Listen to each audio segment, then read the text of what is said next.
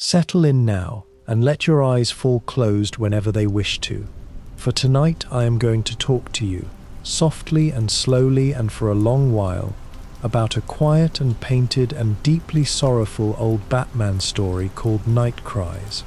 One of the darkest and most tender things ever made about the caped figure of the night. And you need not stay awake for any of it, and you need not follow it closely, and you may drift off whenever sleep comes to take you, and simply let my voice be a low, steady thread running through the dark. Let me begin by telling you what kind of a thing this story is, for it is not at all like most of the tales that are told about the Dark Knight. Not a story of fistfights and grappling hooks and cackling clowns, but something much quieter and much stranger and much sadder, something closer to a painting than to a comic, closer to a piece of mournful music than to an adventure. It was made a long time ago, in the early 1990s, by two quiet craftsmen at the height of their powers,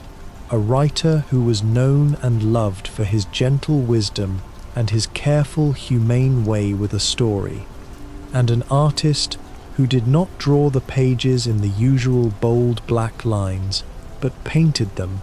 painted every single panel in soft and shadowy watercolors, so that the whole book has the look and the feel of a series of dim and haunting paintings, hung one after another in a darkened gallery, each one glowing faintly out of the surrounding shadow. And that painted quality is the first thing to understand about it, for it changes everything. It changes the very air of the story. Most tales of the Dark Knight are drawn in sharp, clean lines, bright and bold and full of motion, so that even at their darkest, they have a kind of crisp comic book energy to them,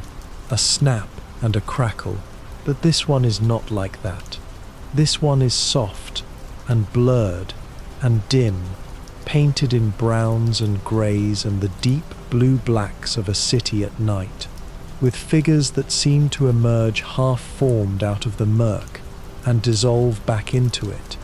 faces caught in pools of weak lamplight,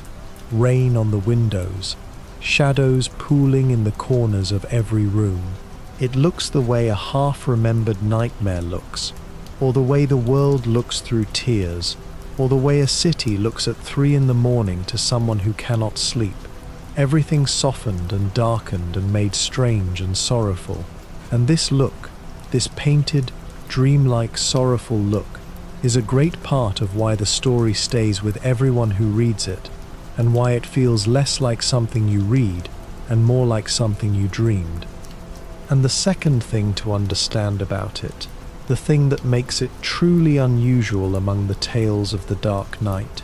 is what it is actually about. For it is not really about a supervillain at all, not really about crime in the ordinary sense, but about something much closer to home, much more real, much more frightening, in its quiet way, than any costumed madman could ever be.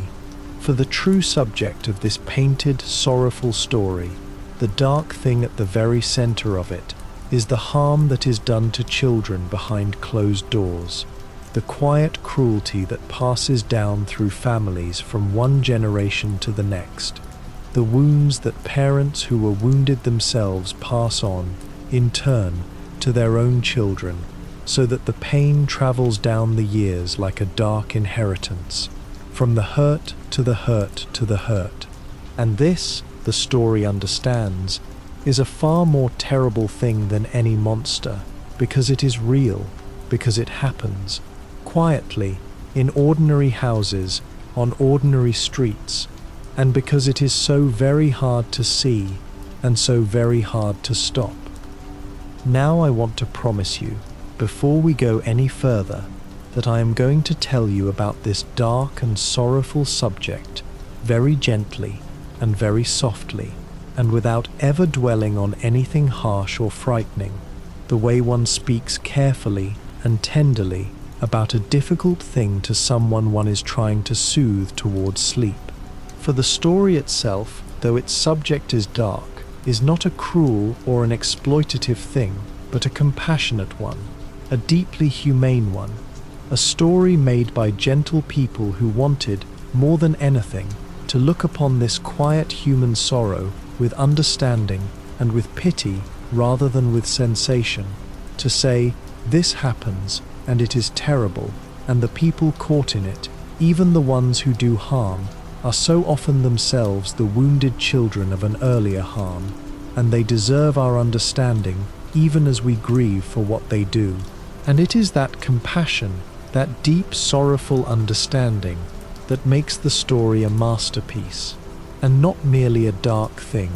And it is that compassion I want to rest upon with you tonight, gently, in the dark, so that even the sorrow of it becomes a kind of quiet comfort, a reminder of how tenderly the best storytellers can look upon even the hardest of human troubles. So let us begin, slowly, with the shape of the story, with what actually happens in it, told softly, so that you may follow it if you like, or let it wash over you and drift away, whichever you please. The story opens, as so many of the Dark Knight stories open, with the city at night, the great grim city sprawling under a sky the color of a bruise, its towers rising up dark against the dim glow, its streets wet with rain, and somewhere out in that vast dark city, a killing has taken place. But it is not the sort of killing the Dark Knight usually deals with. It is a quiet, domestic, terrible thing. A whole family found dead in their home, and there is no obvious reason for it. No robbery, no clear motive, only the terrible fact of it. A family gone, a house full of death, and the Dark Knight, drawn to it as he is drawn to all such sorrows, comes to look and to try to understand. And so the story becomes, on its surface, a kind of mystery, a hunt for a killer, as the Dark Knight and his old friend the police commissioner, the good, weary, grey-haired man who has been the caped figure's one true ally in the police for so many years, work together to understand what has happened and to find the one responsible before more families can be harmed. And there is a killer, a real and dangerous one, moving through the dark city, striking at families in the night. And the mystery of who this killer is and why they do what they do drives the story forward through its dim and rainy pages. But the mystery, though it is real, is not truly the point, is only the doorway, only the shape, and behind it, beneath it, all through it, there runs the true and sorrowful subject of the whole thing, the deep, dark current of harm passing down through families, of children wounded and grown into wounded adults, that gives the story its terrible weight and its terrible sorrow. For as the Dark Knight and the weary commissioner draw closer to the killer, as they come to understand who this person is and why they do the terrible things they do, they find, at the root of it all, not a monster, but a wound, not evil in the simple sense, but pain, an old, deep, terrible pain, a child who was harmed long ago and who grew up carrying that harm, and who in the fullness of their broken life came to pass that harm on, to act it out, to become, in their turn, a source of the very suffering that had been done to them. And this is the terrible revelation at the heart of the story,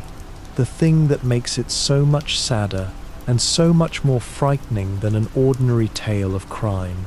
the understanding that the killer is not a thing apart, not an alien evil that came from nowhere, but the grown and broken fruit of an earlier cruelty, a wounded child who became a wounding adult,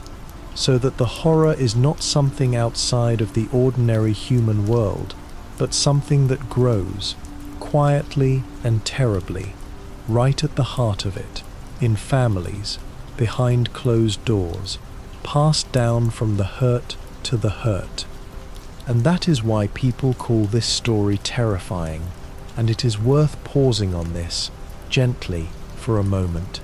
because it is a different kind of terrifying than the word usually means. It is not terrifying the way a monster is terrifying, or a jump in the dark, or a cackling villain with a knife. It is terrifying the way a true thing is terrifying. Terrifying because it is real, because it happens, because the horror it describes is not safely locked away in the world of costumes and superpowers, but lives quietly in the real world, in real houses, among real people, and because it shows us, unflinchingly but with great compassion, how cruelty makes more cruelty, how the wounded wound others, how the dark thing passes down the years.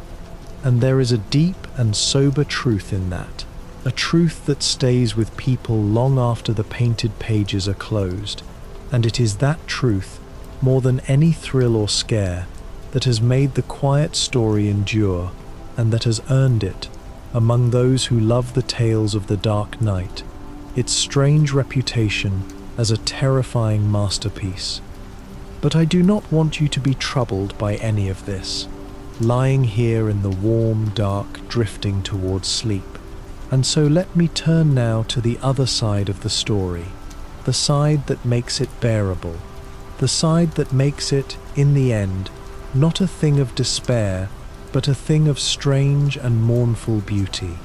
And that is the deep compassion that runs all through it,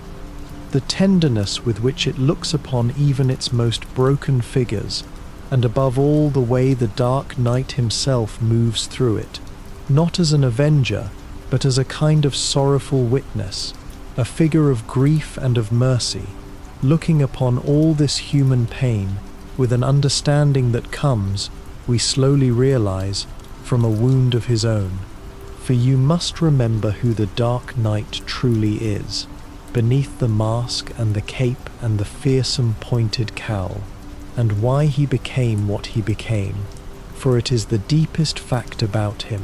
and it is the thing that binds him, in this quiet painted story, to all the wounded children whose sorrow the story is about. He was, himself, a child of harm.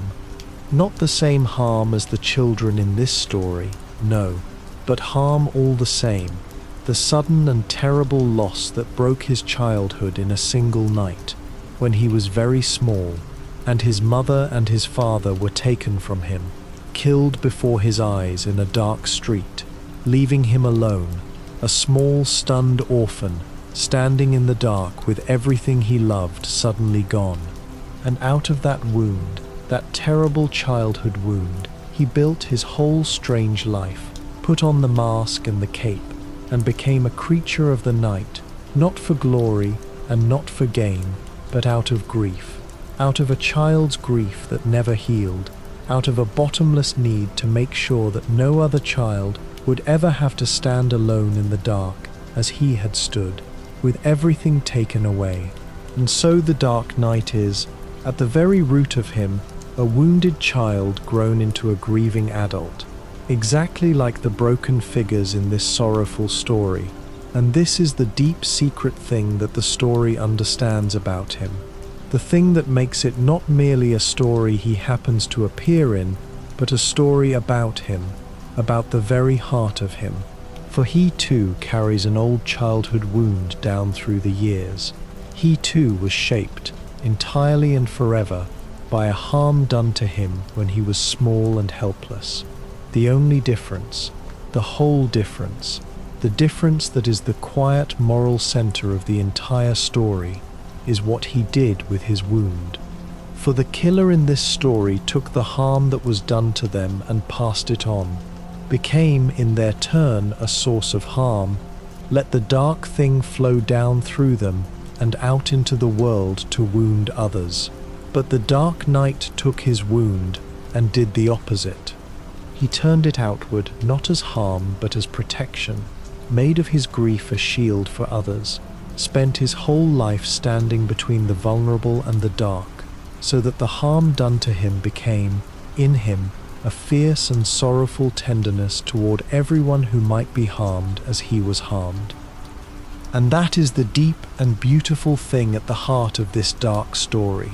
the thing worth resting upon gently as you drift towards sleep, that the very same wound, the wound of a broken childhood, can flow out in two entirely opposite directions, can become either more harm or its opposite, can make either a monster or a protector, and that the difference between them is not the wound itself, which is the same, but what the wounded person chooses, or is helped, to do with it.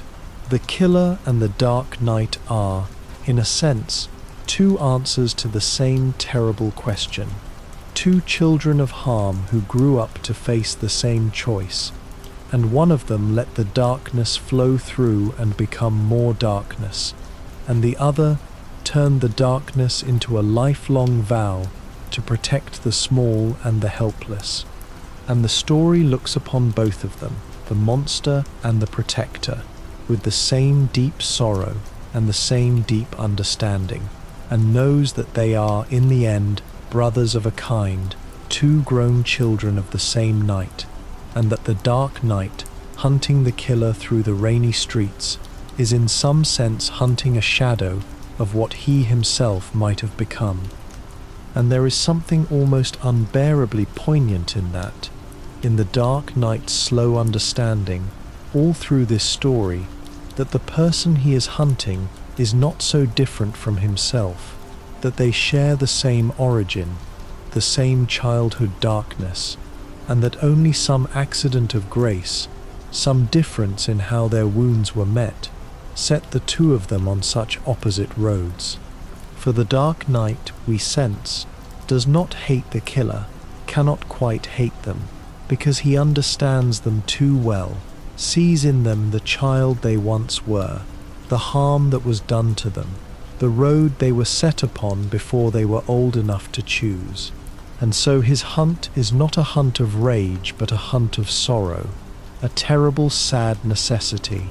the stopping of a harm that must be stopped, undertaken by a man who grieves for the very person he must stop,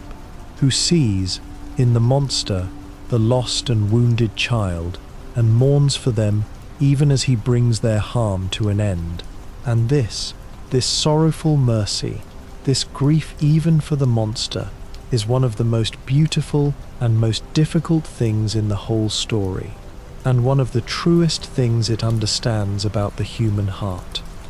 For it would be so easy, so very easy, to tell a story like this, in which the killer was simply evil, simply a monster to be hated and destroyed, and in which the Dark Knight was simply the avenger who destroyed them, and the reader could feel the clean, simple satisfaction of good defeating evil, and go home untroubled. But this story refuses that easy path,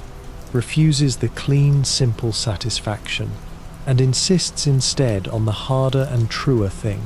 that the monster was once a wounded child, that the harm they do was done to them first, that they are to be grieved for even as they are to be stopped, and that the line between the monster and the hero is not a line between two kinds of people, but a line that runs through the middle of a single kind of person, the wounded, the harmed, the children of the dark,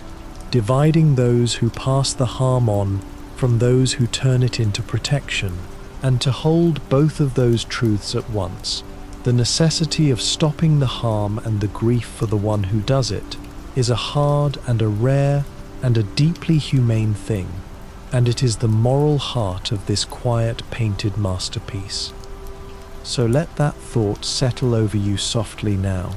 as you lie here in the warm dark, the thought of the two children of the night, the monster and the protector, born of the same wound and grown to such opposite ends, and the deep sorrowful mercy with which the story looks upon them both. There is nothing frightening in it, held this gently, only a deep and mournful understanding, a great sad tenderness toward all the wounded children of the world, the ones who became monsters and the ones who became protectors, and all the countless ordinary ones in between. And it is a tenderness you may rest in now, and let it hold you, and let it carry you a little further down towards sleep. Let me tell you now about the other man at the heart of this story, the weary, grey-haired police commissioner, the good, tired, honest man who has been the Dark Knight's one true friend in all the long years of his war against the night.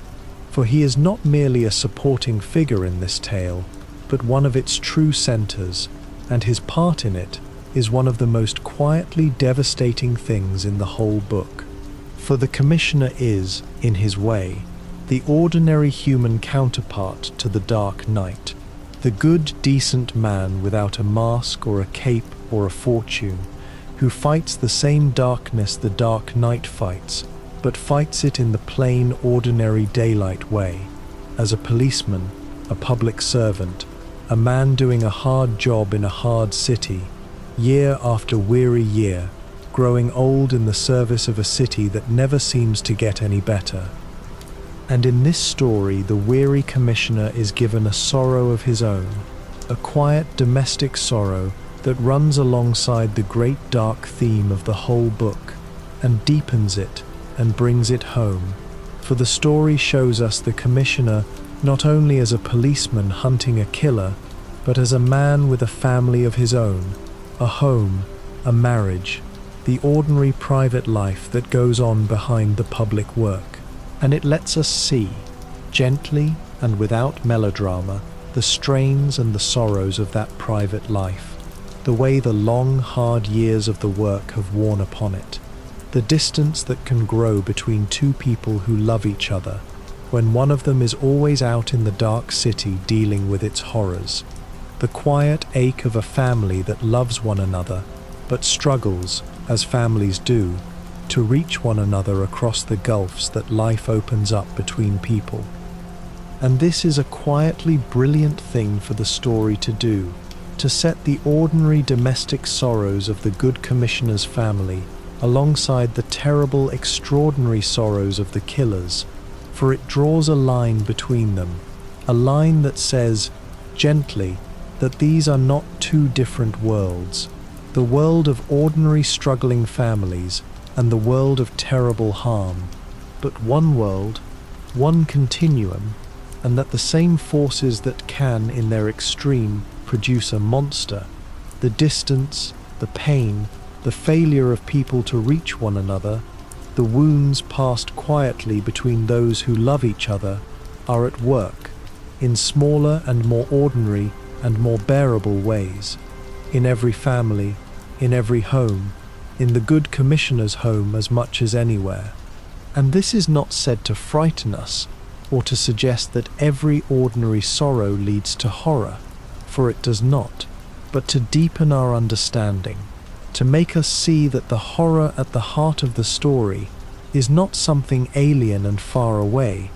but something that grows out of the same soil as all our ordinary human troubles, and that the difference is one of degree,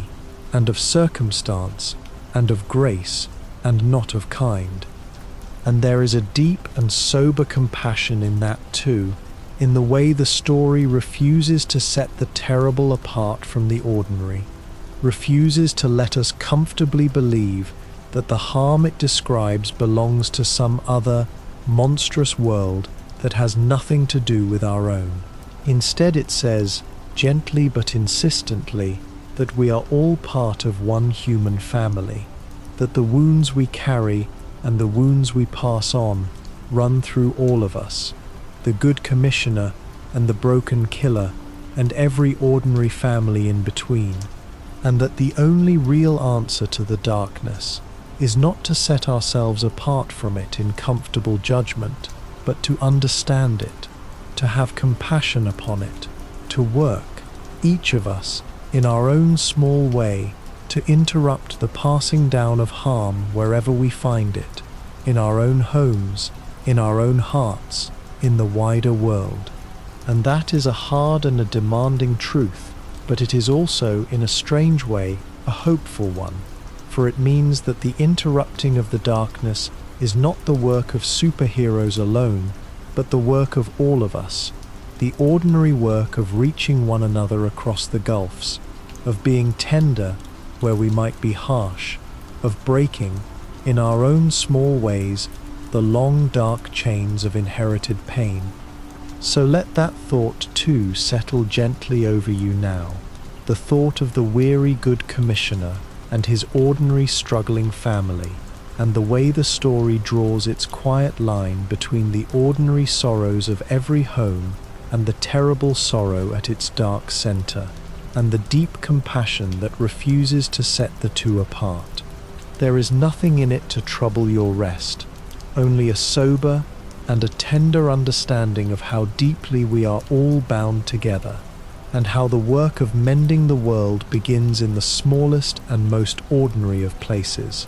in the reaching of one heart toward another across the dark. And you may hold that gently now, and let it soften, and let it carry you further down into the quiet. Let me tell you now,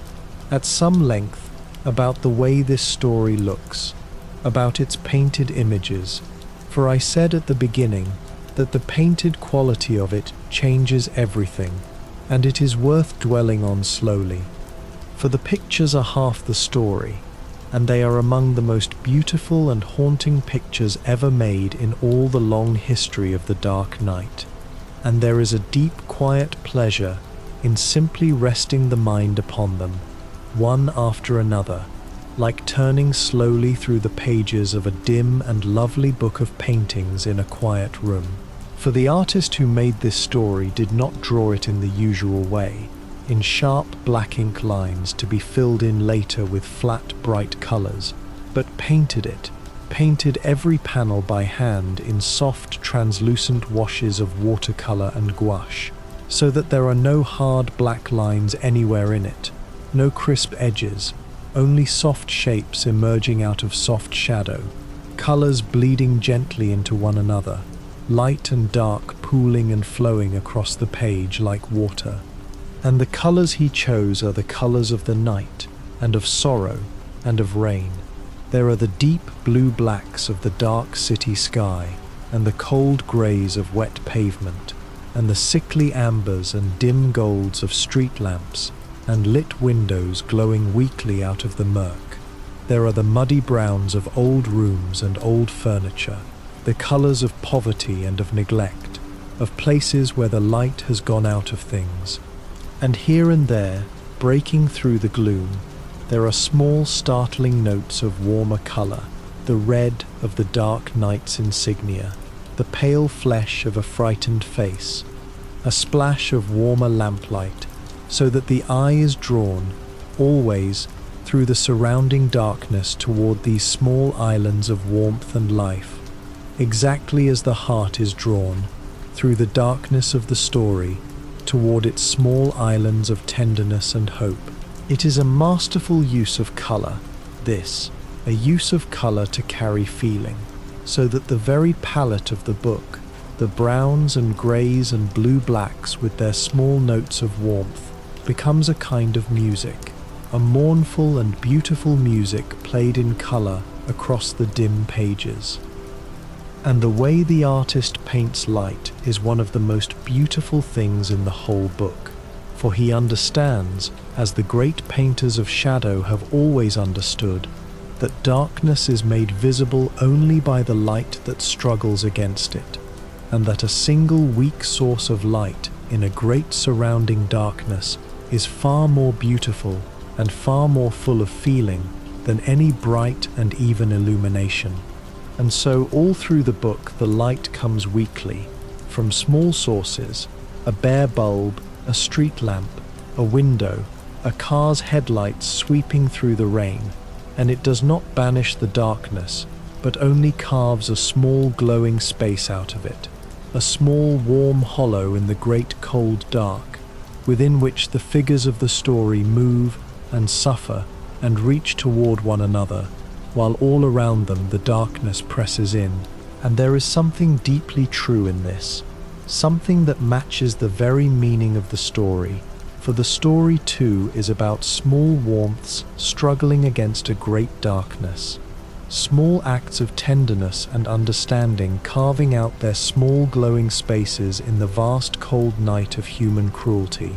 And the light in the paintings says the same thing the story says, that the darkness is vast, but that the light, however small and weak, is real, and struggles on, and is not extinguished.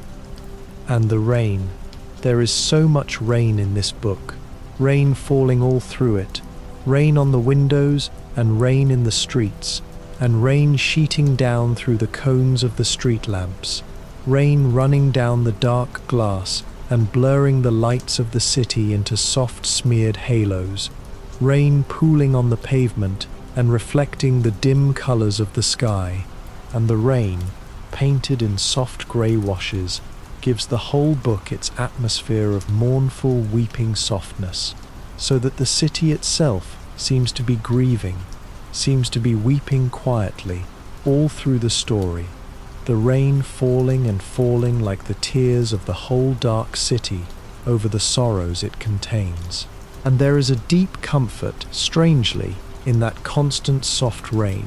for rain is a gentle and a soothing thing, a soft grey curtain drawn across the world, a quiet, steady sound that lulls and calms, and the rain that falls all through this sorrowful story softens it, gentles it, wraps its hard subject in a soft grey veil of weeping,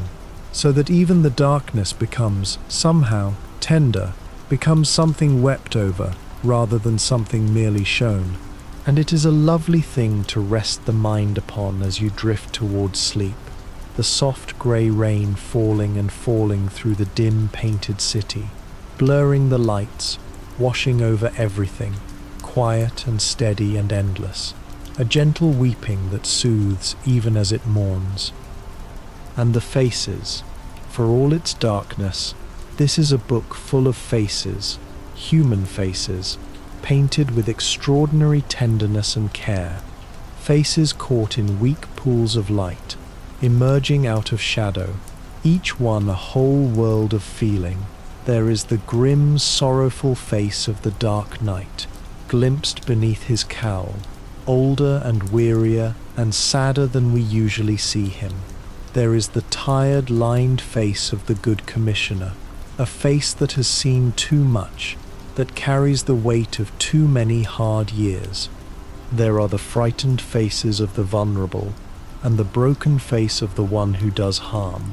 and the small, soft faces of children, and every one of them is painted not as a cartoon, but as a real and particular and suffering human being, with a whole life behind their eyes. And the story asks us, again and again,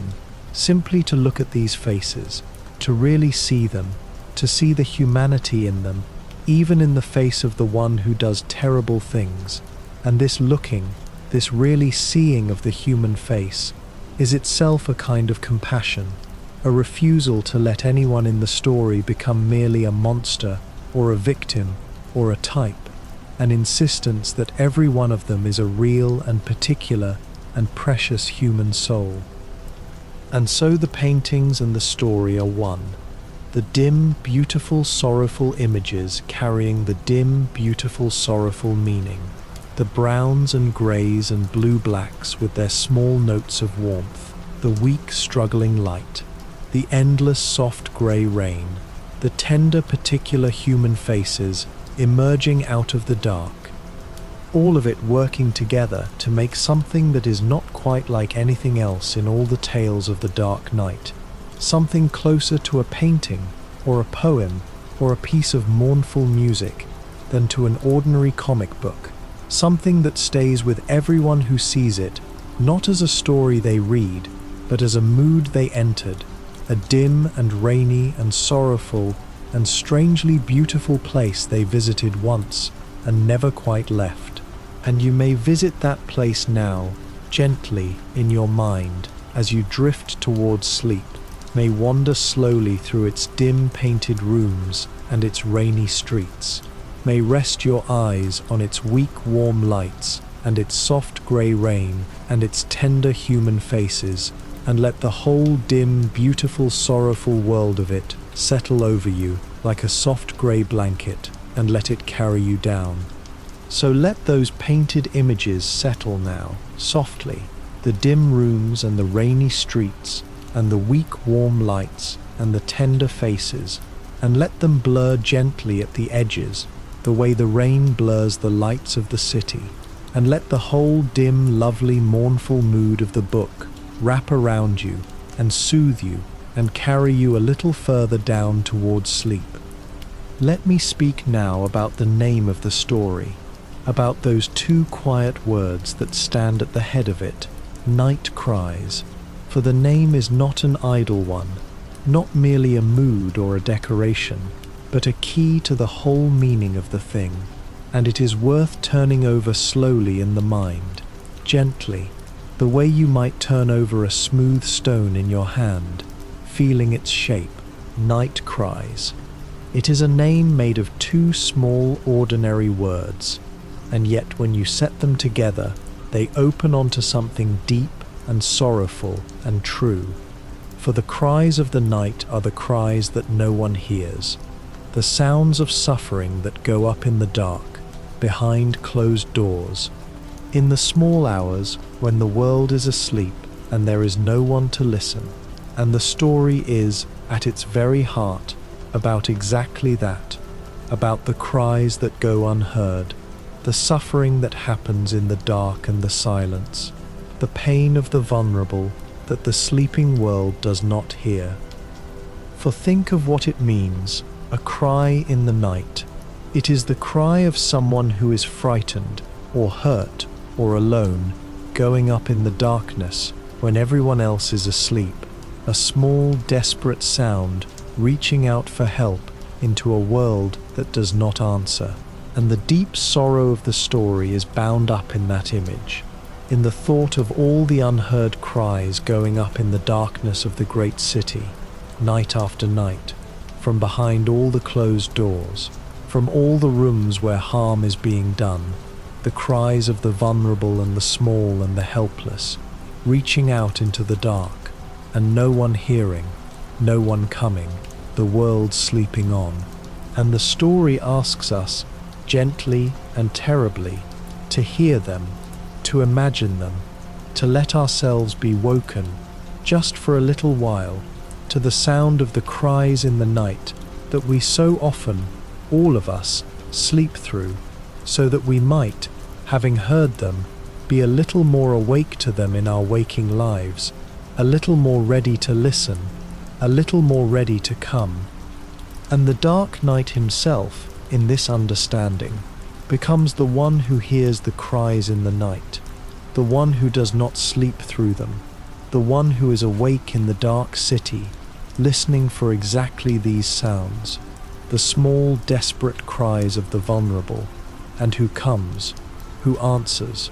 who goes toward the cry in the dark rather than away from it. For that, in the end, is what he is, the creature of the night who is awake while the city sleeps, moving through the darkness, listening, and it gives his whole strange nocturnal existence a new and deeper meaning in the light of this story. For he is not merely a hunter of criminals, but a hearer of cries, one who has taken it upon himself to be awake to the suffering that the sleeping world does not hear, to go toward it, to answer it, to be, for the ones who cry out in the dark, the one who comes. And there is something deeply moving in that, in the image of the lone dark figure moving through the sleeping city, awake and listening, the one who hears the night cries and goes toward them, and it redeems, somehow, the strangeness and the loneliness of his existence, gives it a tender and a sorrowful purpose. And the cries of the title are also, we come to understand, the cries of the past, the old cries, the cries the killer themselves once made, long ago, as a frightened, harmed child in the dark. Cries that went unheard then, that no one answered, and that echo down through the years, unanswered still, into the terrible things the grown child now does.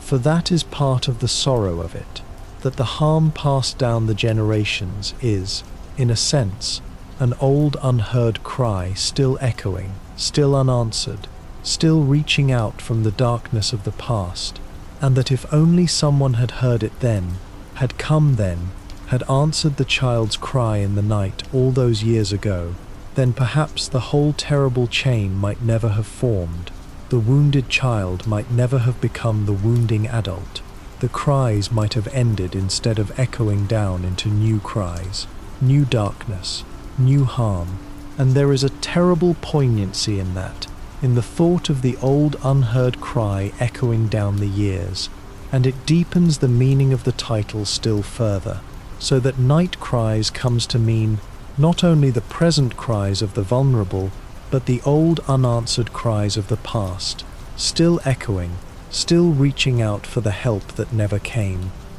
And so the title holds within it the whole sorrowful meaning of the book, the cries in the night that go unheard, the suffering that happens in the dark and the silence,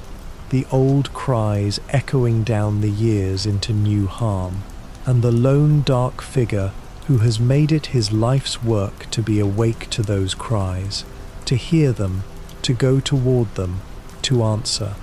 And it is worth resting on gently as you drift towards sleep, this deep, sad, beautiful meaning folded into two small words, and it is worth carrying with you too, a little, into your waking life, the reminder to be, in your own small way, a hearer of cries,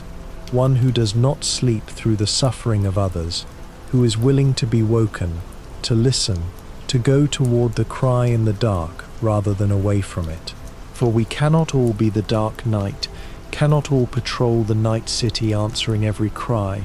but we can all, in our own small, ordinary ways, be a little more awake to the suffering around us, a little more ready to listen, a little more ready to come, and in that small readiness there is a great deal of good, a great deal of the very light that struggles, all through the story, against the dark. But for now, tonight, you need not answer any cries, and you need not stay awake, for you have done your listening and your caring, and the night now is for rest, and there is nothing you must do but let go, and drift, and sleep. So let the meaning of the title settle gently over you now, the sad, beautiful meaning of the cries in the night, and the one who hears them, and let it soften into the general dim, mournful loveliness of the whole story, and let it carry you further down, into the warm, quiet dark, towards sleep. Let me tell you now about the tenderness of the dark night in this story, for I have said that he moves through it not as an avenger, but as a sorrowful witness, a figure of grief and mercy, and I want to dwell on that, gently, because it is one of the most beautiful and unusual things about the book, and one of the deepest reasons it is loved. For we are used to seeing the dark night as a hard figure, a grim and forbidding one, a creature of vengeance striking terror into the hearts of criminals. And there is truth in that image, and the story does not deny it. But this story shows us another side of him, a side that is always there, beneath the grimness, but that we do not often get to see so clearly, the side of him that is, at bottom, a protector, a guardian, a figure of deep and sorrowful tenderness, especially toward the small and the vulnerable and the harmed. For in this story,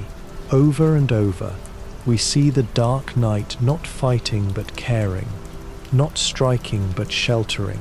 not terrifying but comforting. We see him kneel down to a frightened child and speak to them softly, gently, in a voice made kind, made small, made safe, so as not to frighten them further. We see him move through the aftermath of terrible things with a heavy, sorrowful care, gathering up the vulnerable, sheltering them, seeing to their safety with a tenderness that seems almost to break beneath its own weight. We see him carry the grief of what he witnesses, carry it in his shoulders and his bowed head, and the deep lines of his half-hidden face, a grief that he does not turn away from or armor himself against, but simply bears, out of love, out of the deep sorrowful love for the vulnerable that is, we understand, the true engine of his whole strange life. And it is a revelation, this tenderness, or rather a reminder, a bringing forward of something we always knew was there, but rarely saw so clearly, that beneath the grim mask and the fearsome cape there beats one of the most tender and sorrowful and protective hearts in all the old stories. For the Dark Knight's tenderness toward children is a special thing, and it runs very deep, and this story understands why,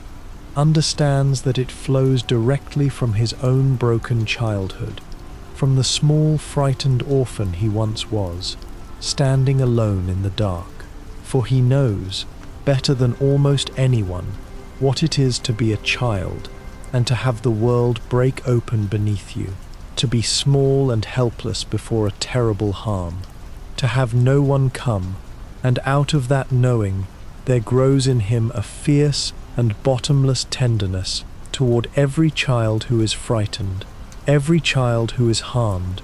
every child who is small and helpless before a darkness too big for them. He cannot save the child he himself once was, cannot go back and undo the harm done to him in that dark street so long ago, but he can, in a sense, save that child over and over. In every other child he shelters and protects, can be, for them, the one who comes, the rescuer who never came for him. And there is something deeply healing in that, and deeply sorrowful too, the wounded child grown up and spending his whole life being, for other children, the help that never came for him, mending, in others, the wound he can never quite mend in himself. And this deep, sorrowful, protective tenderness is what makes the Dark Knight the right figure, the only right figure, to move through a story like this one, a story about harm done to children, for he is not a stranger to it, but its truest opposite, the wounded child who became a protector, the one who knows the darkness from the inside and has turned his whole life against it. And to watch him move through the sorrow of this story, kneeling to the frightened, sheltering the vulnerable, bearing the grief of it all with his deep sorrowful care, is to see the very best of what he is, the tender protective heart beneath the grim mask. And it is one of the great quiet pleasures of the book, and one of its deepest comforts, that in the midst of all its darkness there moves this figure of such deep and sorrowful and unfailing tenderness, this guardian, this hearer of cries, this one who comes. And there is a comfort in that for you too, lying here in the dark, drifting towards sleep, in the thought of the tender guardian moving through the night, the one who is awake and watching and full of a deep protective love, for it is a little like being watched over yourself, a little like the feeling of being small and safe and cared for, of knowing that someone kind and strong is awake in the dark, keeping watch, so that you may sleep, and you may let yourself feel that now, that old childhood comfort of being watched over, of being safe, of being able to let go and sleep, because someone kind is keeping watch, and let the tender, sorrowful guardian of the story stand watch, in your imagination, over your own rest, so that you may sink down, safe and cared for, into the warm, quiet dark, and sleep. So let that thought settle gently now. The tenderness of the Dark Knight, the deep, protective, sorrowful love beneath the grim mask, the guardian who kneels to the frightened and shelters the vulnerable and hears the cries in the night, and let it comfort you, and let it watch over you, and let it carry you further down toward the deep, sweet sleep that is waiting. Let me speak now, gently and carefully about the one who does the harm in this story, the one the dark night hunts through the rainy streets. For the way the story handles this figure is perhaps its greatest and most difficult achievement,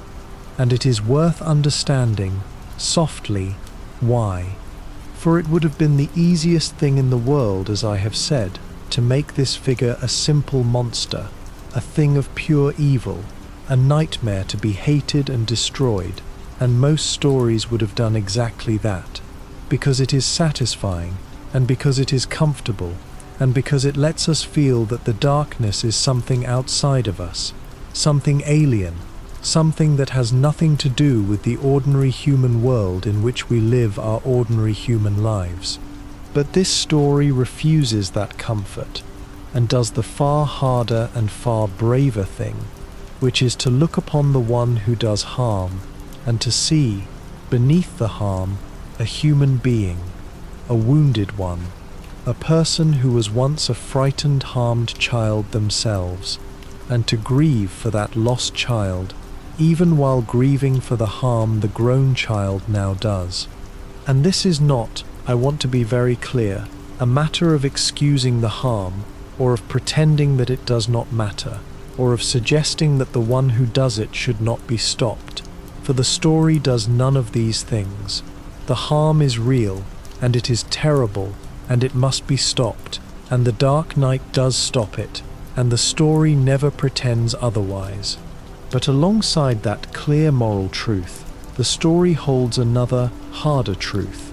which is that the one who does the harm is not a monster from outside the human world, but a product of it, a wounded child grown into a wounding adult, someone who was, once, exactly the kind of vulnerable suffering soul that the dark night now protects, someone who cried out in the night long ago and was not heard, and who, unhealed, uncomforted, unhelped, grew up to become, in their turn, a source of the very darkness that had been visited upon them. And to hold both of these truths at once, the necessity of stopping the harm and the tragedy of the one who does it, is the hardest thing a story about such a subject can do, and this story does it, steadily, all the way through, and that is a great part of why it is a masterpiece.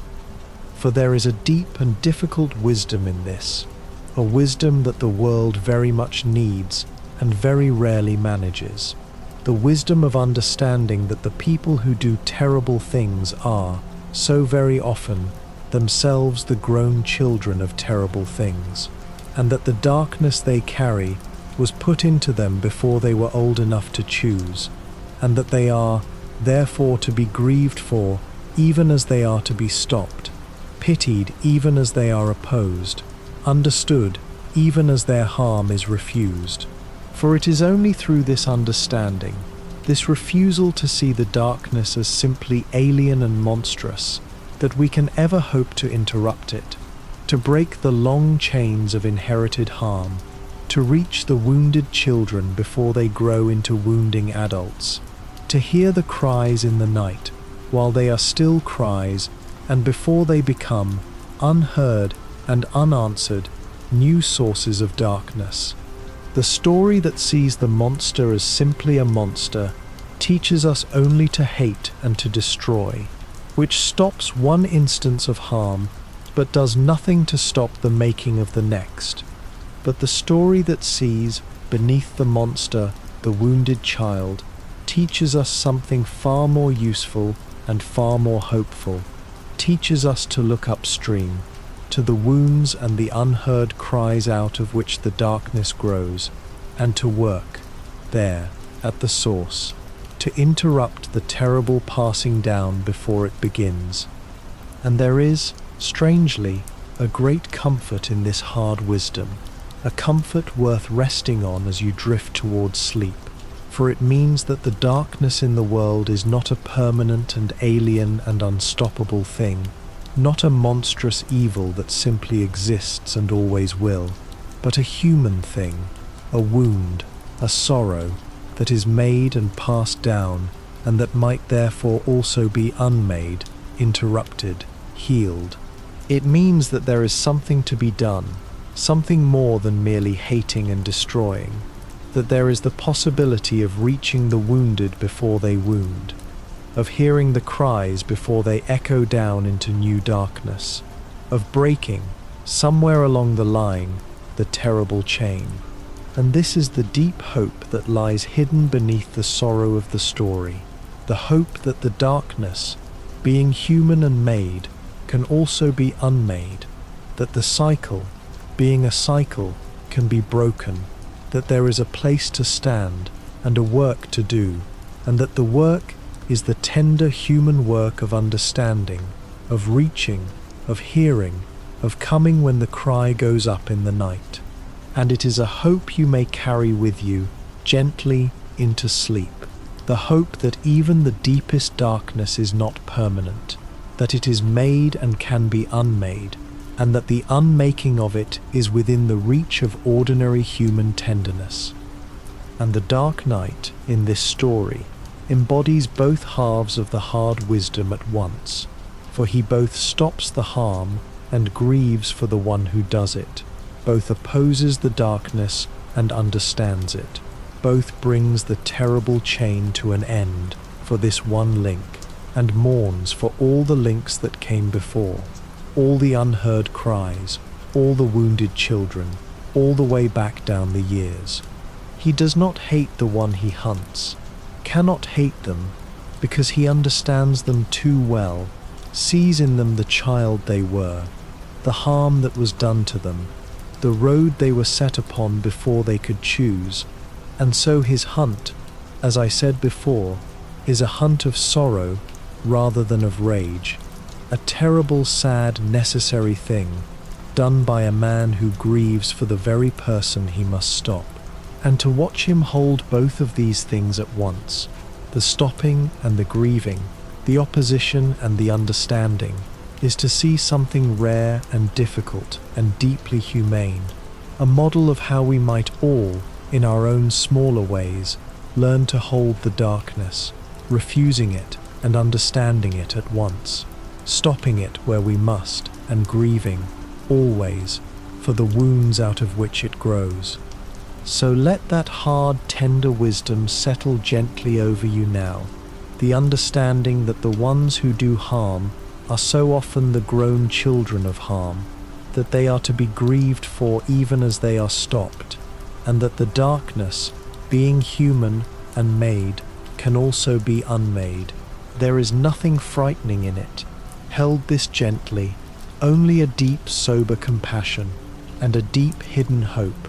and you may rest in them both now, and let them soften, and let them carry you further down towards sleep.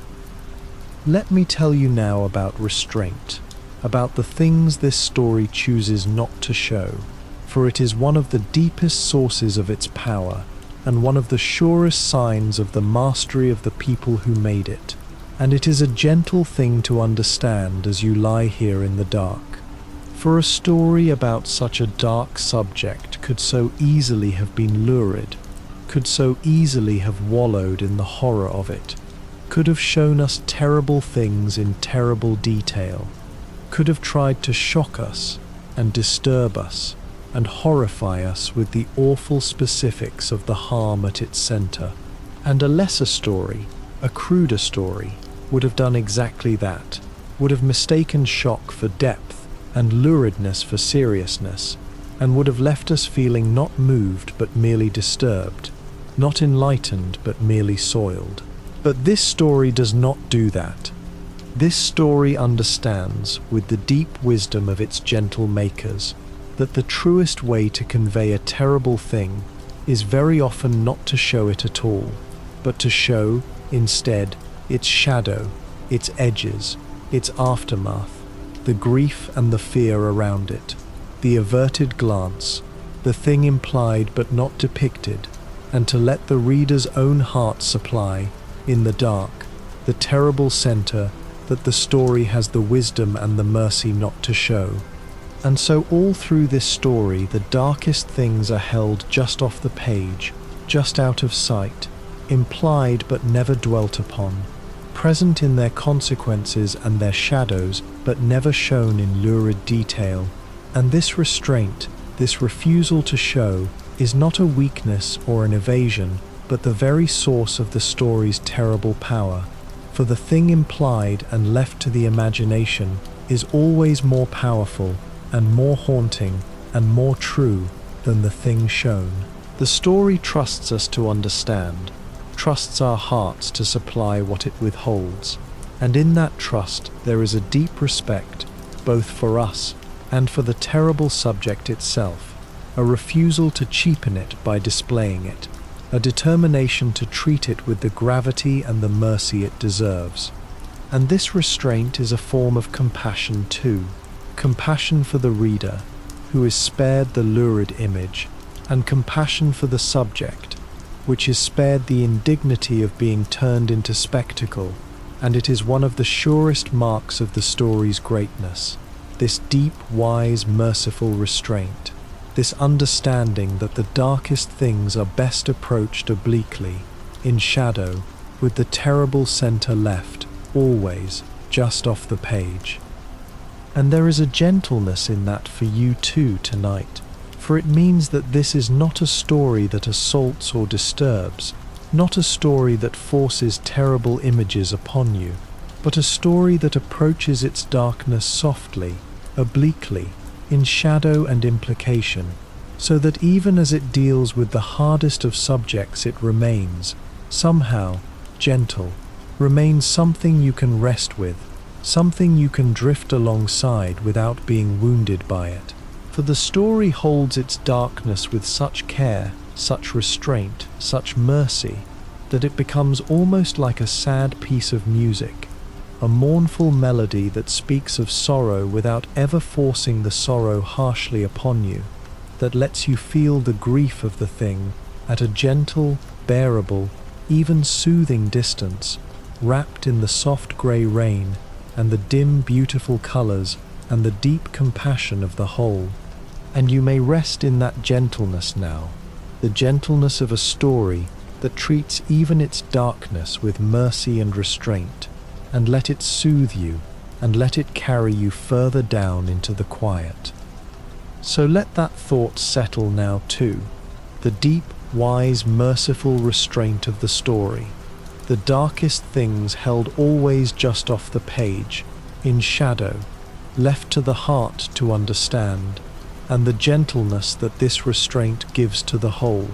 so that even its darkness becomes something you can rest alongside, something mournful and soft and bearable, like a sad, quiet melody in the dark. And you may let it soften now, and let it carry you further down towards sleep. Let me tell you now about how the story ends, or rather about the kind of ending it has, for I will not spoil the particulars, and they hardly matter anyway, but the shape of the ending is important, is part of the whole meaning, and it is worth understanding, gently, why this story does not end the way most stories of the Dark Knight end. For most such stories end in triumph, in the clean, satisfying victory of the hero over the villain, the criminal captured or defeated, order restored, the city made safe, the reader sent home reassured that all is well and that the darkness has been beaten back. And there is a place for such endings, and a comfort in them, and no shame in loving them. But this story does not have that kind of ending, cannot have it, because its subject does not allow it,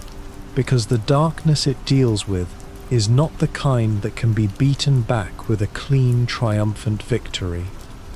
For the harm at the heart of this story, the passing down of wounds through the generations, the cries that go unheard in the night, is not a thing that can be defeated by capturing a single criminal, is not a villain to be locked away so that all may be well again. It is a deeper and a sadder and a more pervasive thing than that, a thing woven into the very fabric of the human world, into families and homes and hearts, and it cannot be arrested, cannot be locked away, cannot be beaten in a single clean, triumphant battle. And so the story ends not in triumph, but in something quieter and sadder and truer, in a kind of sorrowful, exhausted, incomplete resolution. The immediate harm stopped. Yes, this one link in the chain brought to an end, but the larger darkness untouched, still out there, still passing down through other families, other homes, other unheard cries in other nights, so that the ending brings not the clean joy of victory, but the sober, weary sorrow of a battle that can never be finally won. And there is a deep honesty in that, an honesty that a lesser story would have flinched from, for it would have been so easy and so comforting to end in triumph, to pretend that the darkness had been beaten, to send the reader home reassured. But this story loves the truth too much for that. And the truth is that this kind of darkness is not beaten but only ever interrupted, one instance at a time, and that the work of interrupting it is not a single glorious battle, but an endless, patient, sorrowful labor, undertaken again and again, night after night, with no final victory ever in sight, only the small real good of this cry heard, this child sheltered, this link in the chain brought to an end. And the story insists on this truth, ends on this truth, and though it makes for a sadder and a less comfortable ending than the usual triumph, it makes for a truer one, and a deeper one, and in the end, strangely, a more inspiring one, for it honors the real nature of the work and the real courage of those who undertake it, knowing it can never be finally won. And yet the ending is not despairing, and this is important and worth resting on gently, for though it denies us the clean triumph, it does not leave us in the dark. For there remains, at the end, the small real good that was done, the harm that was stopped, the vulnerable who were sheltered, the cry that was heard and answered, and these small real goods are not nothing, are in fact everything, are the whole of what the light can ever do against the dark, not to banish it finally, but to carve out, again and again, these small glowing spaces of warmth and safety within it. And there remains, too, the figure of the Dark Knight himself, weary and sorrowful and undefeated, going on, taking up the endless labor again, ready to hear the next cry, to answer the next call, to bring the next link in the chain to an end, so that the ending, for all its sadness, leaves us with this image of unwearying, sorrowful, undefeated dedication, the guardian going on into the endless night. And there is a deep, quiet inspiration in that, a deep, quiet hope, not the loud hope of triumph, but the quiet, stubborn hope of a good work faithfully continued against all odds, forever. So let that ending settle gently over you now, the sorrowful, weary, honest, undefeated ending, the small real goods carved out of the great dark, the guardian going on into the endless night, and let it comfort you not with the loud comfort of triumph, but with the quiet, deep comfort of a good work faithfully continued, of the light that struggles on against the dark and is not extinguished. And you may rest in that quiet comfort now, and let it hold you, and let it carry you further down towards sleep. Let me tell you now about where this strange, quiet, painted story fits among all the many, many tales that have been told of the Dark Knight over the long years. For it holds a very particular and a very unusual place among them, and understanding that place helps to explain why it is so treasured and so remembered and so unlike anything else. For there have been thousands upon thousands of stories told of the Dark Knight over many decades, in every mood and every register, bright adventures and dark thrillers, and grand epics and small character studies, and most of them belong to a great shared ongoing tapestry, a vast continuing saga in which the same characters appear again and again, growing and changing across the years, so that each story connects to the ones before and after it, part of an endless flowing river of story. But this story is not quite like that. This story stands, in a sense, apart, off to the side of the great flowing river, a thing complete in itself, a single self-contained painted meditation that does not need the great saga around it, and does not much add to it, but exists rather as its own quiet finished thing, a single dark jewel set apart from all the rest. For it was made, this story, as a special thing, a standalone thing, a work of more serious and more adult intent than the ordinary run of the Dark Knight's adventures, published on its own, in a more careful and more permanent form, meant to be read and kept and returned to as a single complete work, rather than followed month to month as part of the endless saga. And this standing apart, this completeness in itself, is part of its particular character, for it means that the story could be exactly what it wanted to be, could pursue its own dark, serious, painted vision all the way to the end, without having to fit into the larger flowing saga, without having to leave the characters where the next story would need them, without having to serve any master but its own sorrowful vision.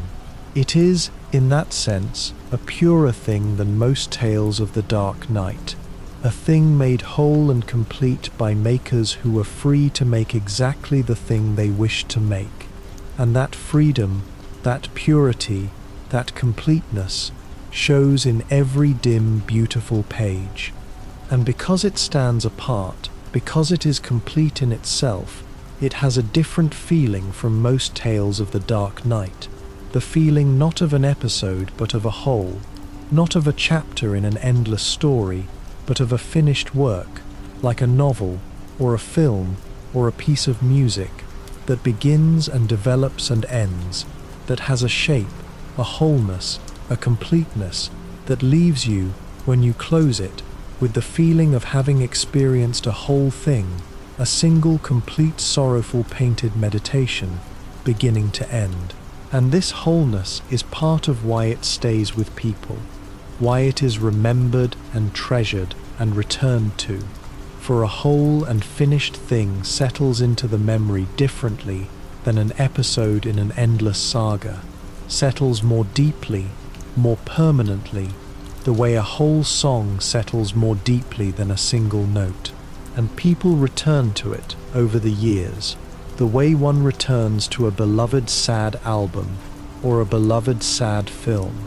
to enter again its particular dim and rainy and sorrowful and beautiful world, to feel again its particular deep, mournful feeling, to sit again with its hard, tender wisdom, and each time they return they find it whole and finished and waiting exactly as they left it, a single dark jewel set apart from all the endless flowing rest. So let that thought settle now too, the particular apartness of this story, its completeness, its wholeness, its standing as a single finished sorrowful painted thing set apart from the endless saga, and let it deepen your sense of it as something whole and treasured and returned to, a dark jewel, a sad beloved album, a place people go back to again and again to feel its particular deep mournful beauty. And you may let that settle now, softly, and let it carry you further down towards sleep. Let me tell you now a little about the two quiet craftsmen who made this story. For a work like this does not come from nowhere, but from the particular hearts and hands of particular people, and it is worth resting, gently, on the kind of people who could make such a thing. For there is something soothing in the thought of careful, gentle, humane makers bending their whole skill toward a work of such compassion. The writer was a man known and loved throughout the long world of these stories for his gentleness, his wisdom, his deep humane decency. A man who had spent a lifetime in the craft, and who brought to it Not the loud energy of the sensational, but the quiet, careful touch of someone who understood people, who loved them, who wanted, always, to treat even the darkest subjects with understanding and with mercy. He was the sort of storyteller whose work was marked, above all, by its humanity, by a deep, abiding sense of the reality and the preciousness and the sorrow of ordinary human lives. And it is exactly that humanity, that deep, decent, understanding heart, that shaped this story and made it what it is, that kept it, always, on the side of compassion, that refused, always, the easy luridness, and insisted, always, on the harder truth and the deeper mercy. And the artist was a painter of rare and particular gifts, a maker of images who did not work in the ordinary bright, bold manner of most such stories, but in soft painted washes of watercolor and shadow, a quiet master of mood and light and atmosphere, of the way a face emerges from darkness, of the way weak light pools in a dim room, of the way rain blurs the lights of a city at night. He brought to the story the sensibility of a fine art painter, the patience and the care and the deep feeling for color and light of someone who thinks in images the way a poet thinks in words. And he gave the story its whole dim, beautiful, sorrowful look, its browns and greys and blue-blacks, its weak, struggling lights, its endless soft grey rain, its tender, particular human faces. And the meeting of these two, the humane, gentle writer and the quiet master painter, each at the height of their powers, each bringing their whole deep gift to bear on this single, serious, sorrowful subject, is what produced the masterpiece, for neither could have made it alone. And together they made something whole and perfect of its kind, the words and the images so deeply married that one cannot imagine the one without the other, the gentle, humane story, and the dim, beautiful painted world it lives in, fused into a single, sorrowful whole. And there is something deeply reassuring in that, in the thought of these two careful, gentle, humane craftsmen, bending their whole skill and their whole hearts toward a work of such compassion, for it reminds us that even the darkest art, when it is made well, is made out of love, out of care, out of a deep desire to understand and to console rather than merely to disturb. For a cruel story about a dark subject comes from a cruel or a careless place, from a desire to shock, to exploit, to wallow. But a story like this one, a compassionate story about a dark subject, comes from a place of deep care, from makers who looked upon a terrible human sorrow and wanted, more than anything, to treat it with understanding, with mercy, with truth, to say something true and kind and consoling about it, to turn even this darkness toward the light of understanding. And to know that a work came from such a place, from such careful, gentle, humane hands, is itself a comfort, a reassurance that the darkness of the subject is held, always, within a larger frame of care, that we are in gentle hands, that the makers loved us and loved their subject and meant us, in the end, not harm but good. So let that thought settle gently now, the thought of the two quiet, gentle craftsmen, the humane writer and the master painter, bending their whole skill and their whole hearts toward this work of compassion, and let it reassure you, and let it remind you that even this darkness is held within a larger frame of care, made by gentle hands that meant you good, and let it carry you further down, softly, towards sleep. Let me speak now, gently, about a deeper question that a story like this one raises, the question of why we return, any of us, to sad and dark and sorrowful art at all, why we choose, sometimes, to spend our time with stories of grief and darkness, rather than only with stories of brightness and joy. For it is a real question, and its answer is a gentle and a consoling one, and worth resting on as the night grows deep. For someone might well ask why a person would want to read a dark, sorrowful painted story about such a hard subject, why anyone would choose such a thing, why it should be treasured and returned to rather than avoided. And the question deserves a gentle answer. And the answer, I think, is that we return to sad and sorrowful art, not in spite of its sadness, but because of it. Because there is a deep and mysterious consolation in sorrowful art, a consolation that bright and happy art cannot give, the consolation of feeling our own sorrows understood, shared, given shape and dignity and beauty by someone who has felt them too.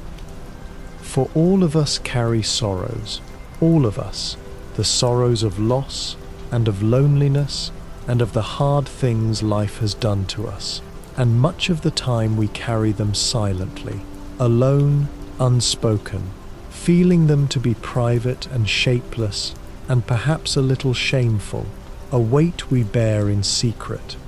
And then we come upon a work of sorrowful art, a sad song, a mournful film, a dark painted story like this one, and something in it speaks to our own hidden sorrows, gives them a voice, gives them a shape, gives them a strange, sad beauty, says to us, in effect, you are not alone in this. Others have felt it too. This sorrow you carry is a part of the great common human sorrow, and it can be looked upon and understood, and even, in its way, made beautiful. And there is a profound consolation in that, in feeling our private sorrows shared and understood and dignified by art, a consolation that lightens the sorrow even as it honors it, that makes us feel less alone, less strange, less ashamed, more part of the great common human family of those who suffer and endure. And that is why we return to sorrowful art, why we treasure it, why a dark story like this one can be, strangely, a comfort rather than a burden, because it takes our own hidden darkness and holds it up to the light of understanding and shared feeling, and in doing so, lightens it.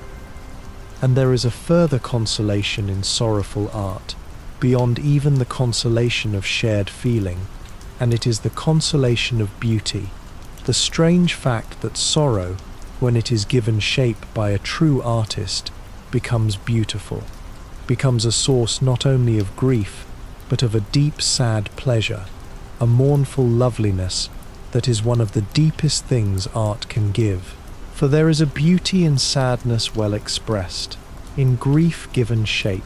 in darkness rendered with truth and care, a beauty that does not deny the sorrow or cheapen it, but somehow transfigures it, lifts it, makes of it something that we can contemplate not only with grief, but with a kind of awe, a kind of gratitude, a kind of deep, sad joy. And this story is full of that beauty, the mournful loveliness of its dim painted world, its soft grey rain, its weak warm lights, its tender human faces, so that even as it grieves it is beautiful, even as it wounds it consoles, and the grief and the beauty become inseparable, two faces of a single deep sad loveliness that is one of the truest things art can offer. And that beauty, that mournful transfiguring loveliness, is a great part of why the story can be rested with, drifted alongside, even loved, for it wraps its darkness in beauty, and beauty, even sad beauty, especially sad beauty, is a balm to the soul, a comfort, a consolation, a soft place to rest. So let that gentle answer settle over you now. The reason we return to sorrowful art, the deep consolation of feeling our own hidden sorrows shared and understood, and given a mournful beauty by makers who have felt them too,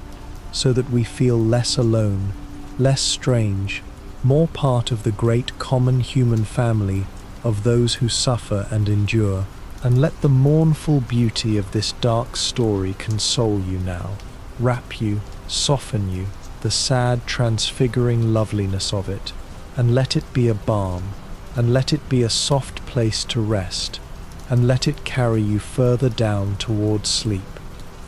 Let me return now, gently, to that word that stands in the title of everything I am telling you, the word terrifying, for I want to understand it more deeply with you, softly, in the dark, why exactly people reach for that word when they speak of this quiet painted story, this story with no monsters in it, no supernatural horrors, no cackling madmen with knives. For it is a strange thing to call such a quiet, sorrowful, painterly story terrifying, and yet people do, again and again, and there is a truth in it, and the truth is worth understanding, for it tells us something deep about the different kinds of fear, and about which kinds go deepest, and last longest, and matter most. For there is a kind of fear that is loud and sudden and physical, the fear of the jump in the dark, the monster leaping out, the sudden shock, and this kind of fear is real, and it can be thrilling, and many stories are built upon it. But it is a shallow fear, in the end, a surface fear, for it passes as quickly as it comes, and it leaves nothing behind, and once the shock is over, and the lights come up, we are untroubled again, safe again, for we know, in our hearts, that the monster was not real, that such things do not truly happen, that we are safe from them in the ordinary daylight world. And then there is another kind of fear, a deeper and a quieter and a far more lasting kind, the fear that comes not from the unreal, but from the real, not from the monster that does not exist, but from the darkness that does, the true darkness, the human darkness, the terrible things that truly happen, quietly, in the real world, behind closed doors, in ordinary houses, on ordinary streets. And this fear does not pass when the lights come up, for the lights coming up do not make it unreal, for it was real all along, and it stays with us, and troubles us, and haunts us, precisely because we cannot reassure ourselves that such things do not happen, because they do.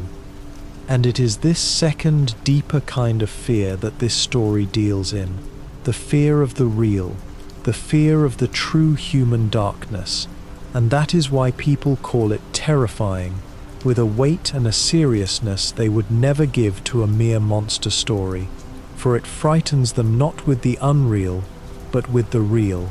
not with what cannot happen, but with what does, and that fear goes deeper and lasts longer and matters more than any shock or scare. It is the terror of recognition, the terror of being shown a true thing about the world that we would rather not know, that we spend much of our lives not knowing, keeping safely out of mind, and that the story, gently but insistently, brings into the light and makes us see. And there is a strange kind of respect in that, a strange kind of honor the story pays us, in trusting us to look at a true dark thing, in not protecting us from the real the way lesser stories protect us with the safely unreal. And though it is a harder gift than a mere thrill, it is a deeper one, and a truer one, and in the end a more valuable one, for a story that shows us a true dark thing, and helps us to bear the sight of it, and wraps it in compassion and beauty, has given us something that will stay with us, and change us, and make us perhaps a little more awake, a little more compassionate, a little more ready to hear the cries in the night. But here is the gentle thing, the important thing, the thing to hold on to as you lie here in the safe, warm dark, drifting towards sleep. that although the story shows us a true dark thing, it does not leave us alone with it, does not abandon us to the terror of the real,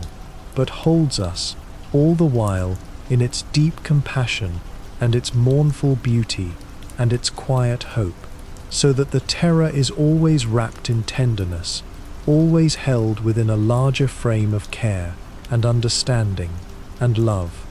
The story frightens us with the real only in order to move us toward compassion, toward understanding, toward the desire to hear the cries and answer them, and so its terror is never cruel, never gratuitous, never merely disturbing, but always in the service of the heart, always turned toward mercy, always leading, through the darkness, toward the light of a deeper human understanding. And so even its terror is, in the end, a kind of gift, a kind of love, a hard, tender waking of the compassionate heart, and you may hold even that gently now, the terror that is really a form of love, and let it soften into the general deep, mournful tenderness of the whole, and let it carry you further down towards sleep. So let that understanding settle now, the deeper meaning of the word terrifying, the terror not of the unreal but of the real, the human darkness that truly happens, and the way this story shows it to us, only to wrap it in compassion and turn us toward mercy, so that even its terror becomes a form of love. And there is nothing in that to trouble your rest, only a deep, sober tenderness, and you may rest in it now, and let it hold you, and let it carry you down. Let me tell you now about the friendship at the quiet human center of this story, the friendship between the Dark Knight and the weary Good Commissioner, for it is one of the oldest and truest friendships in all the tales of the Dark Knight, and in this sorrowful story it takes on a special depth and a special tenderness, and it is a warm thing to rest upon amid all the darkness. For the two of them have known each other for a very long time, the masked man of the night and the honest man of the daylight law, and though they come from such different worlds, though one works in shadow and one in the open, though one wears a mask and one wears a badge, they have become, over the long years, deep and true friends, bound together by their shared devotion to the same hard, hopeless, beautiful work, the protecting of the vulnerable, the fighting of the darkness, the answering of the cries in the night. And theirs is a friendship of few words, a quiet friendship, the friendship of two men who have worked side by side through many long, dark years, and who understand each other deeply without needing to say very much, who trust each other completely, who have stood together against the worst the dark city can offer, and never once let each other down. And in this story, this sorrowful painted story about the deepest human darkness, their friendship becomes a kind of anchor, a kind of warmth, a small steady human light against the great cold dark, two good tired men standing together, sharing the weight, facing the darkness side by side, so that neither has to face it alone. And there is a deep comfort in that, in the sight of the two old friends standing together against the dark, for it says something true and consoling about how the darkness is best faced, not alone but together, side by side, sharing the weight, so that the terrible things one must witness and endure become, if not bearable, then at least shared, at least not faced in solitude. And the Commissioner, in particular, gives the Dark Knight something precious in this story, and in all their long years together, gives him a human friendship, a human connection, an anchor to the ordinary daylight world of decent, struggling people, that the Dark Knight, in his masked and solitary and nocturnal life, might otherwise lose touch with entirely. For the Dark Knight's life is a lonely one, a strange one, a life lived largely in shadow and solitude, and there is a danger in such a life, a danger of losing one's connection to ordinary humanity, of becoming as dark and solitary as the things one fights. And the Commissioner, the good, ordinary, decent daylight man, is the dark night's anchor against that danger, his friend, his tie to the ordinary human world, the one who reminds him, simply by being his friend, that he is still a man among men, still part of the human family, still connected, through this one true friendship, to the ordinary decent daylight world he has given his life to protect. And there is something deeply moving in that, in the quiet friendship that keeps the lonely dark figure tethered to his own humanity. And it is one of the warmest and most consoling threads in the whole sorrowful story. So let that warmth settle over you now, the quiet, true friendship of the two good tired men, the masked one and the honest one, standing together against the dark, sharing the weight so that neither faces it alone, and the way that friendship anchors the lonely dark figure to his own humanity and to the ordinary decent world he protects. And let that warmth be a comfort to you now, the warmth of true friendship faced toward the dark, and let it hold you, and let it carry you further down towards sleep. Let me try now, gently, to gather all of this together, to say plainly what it is that makes this quiet painted story a masterpiece. For we have wandered through its many parts, its painted images and its dark subject, and its deep compassion, and its wise restraint, and its sorrowful honest ending. And now, as the night grows very deep, it is worth drawing them together into a single understanding, softly, the way you might gather up the separate threads of a long day into a single settled piece before sleep. For a masterpiece is not merely a work that does one thing well, but a work in which everything works together, in which every part serves the whole, in which the subject and the style and the feeling and the meaning are all fused into a single unbreakable unity, so that you cannot imagine any part of it being other than it is. And that is what this story is, a perfect fusion, a whole in which every part serves every other, the dark subject and the compassionate treatment and the painted mournful beauty, and the wise merciful restraint, and the sorrowful honest ending, all bound together into a single deep sad perfect thing. For consider how perfectly the parts fit together. The subject is the deepest human darkness, the harm passed down through the generations, and this subject demanded a treatment of the utmost compassion, lest it become merely lurid, and it received exactly that, a treatment of deep and unfailing compassion.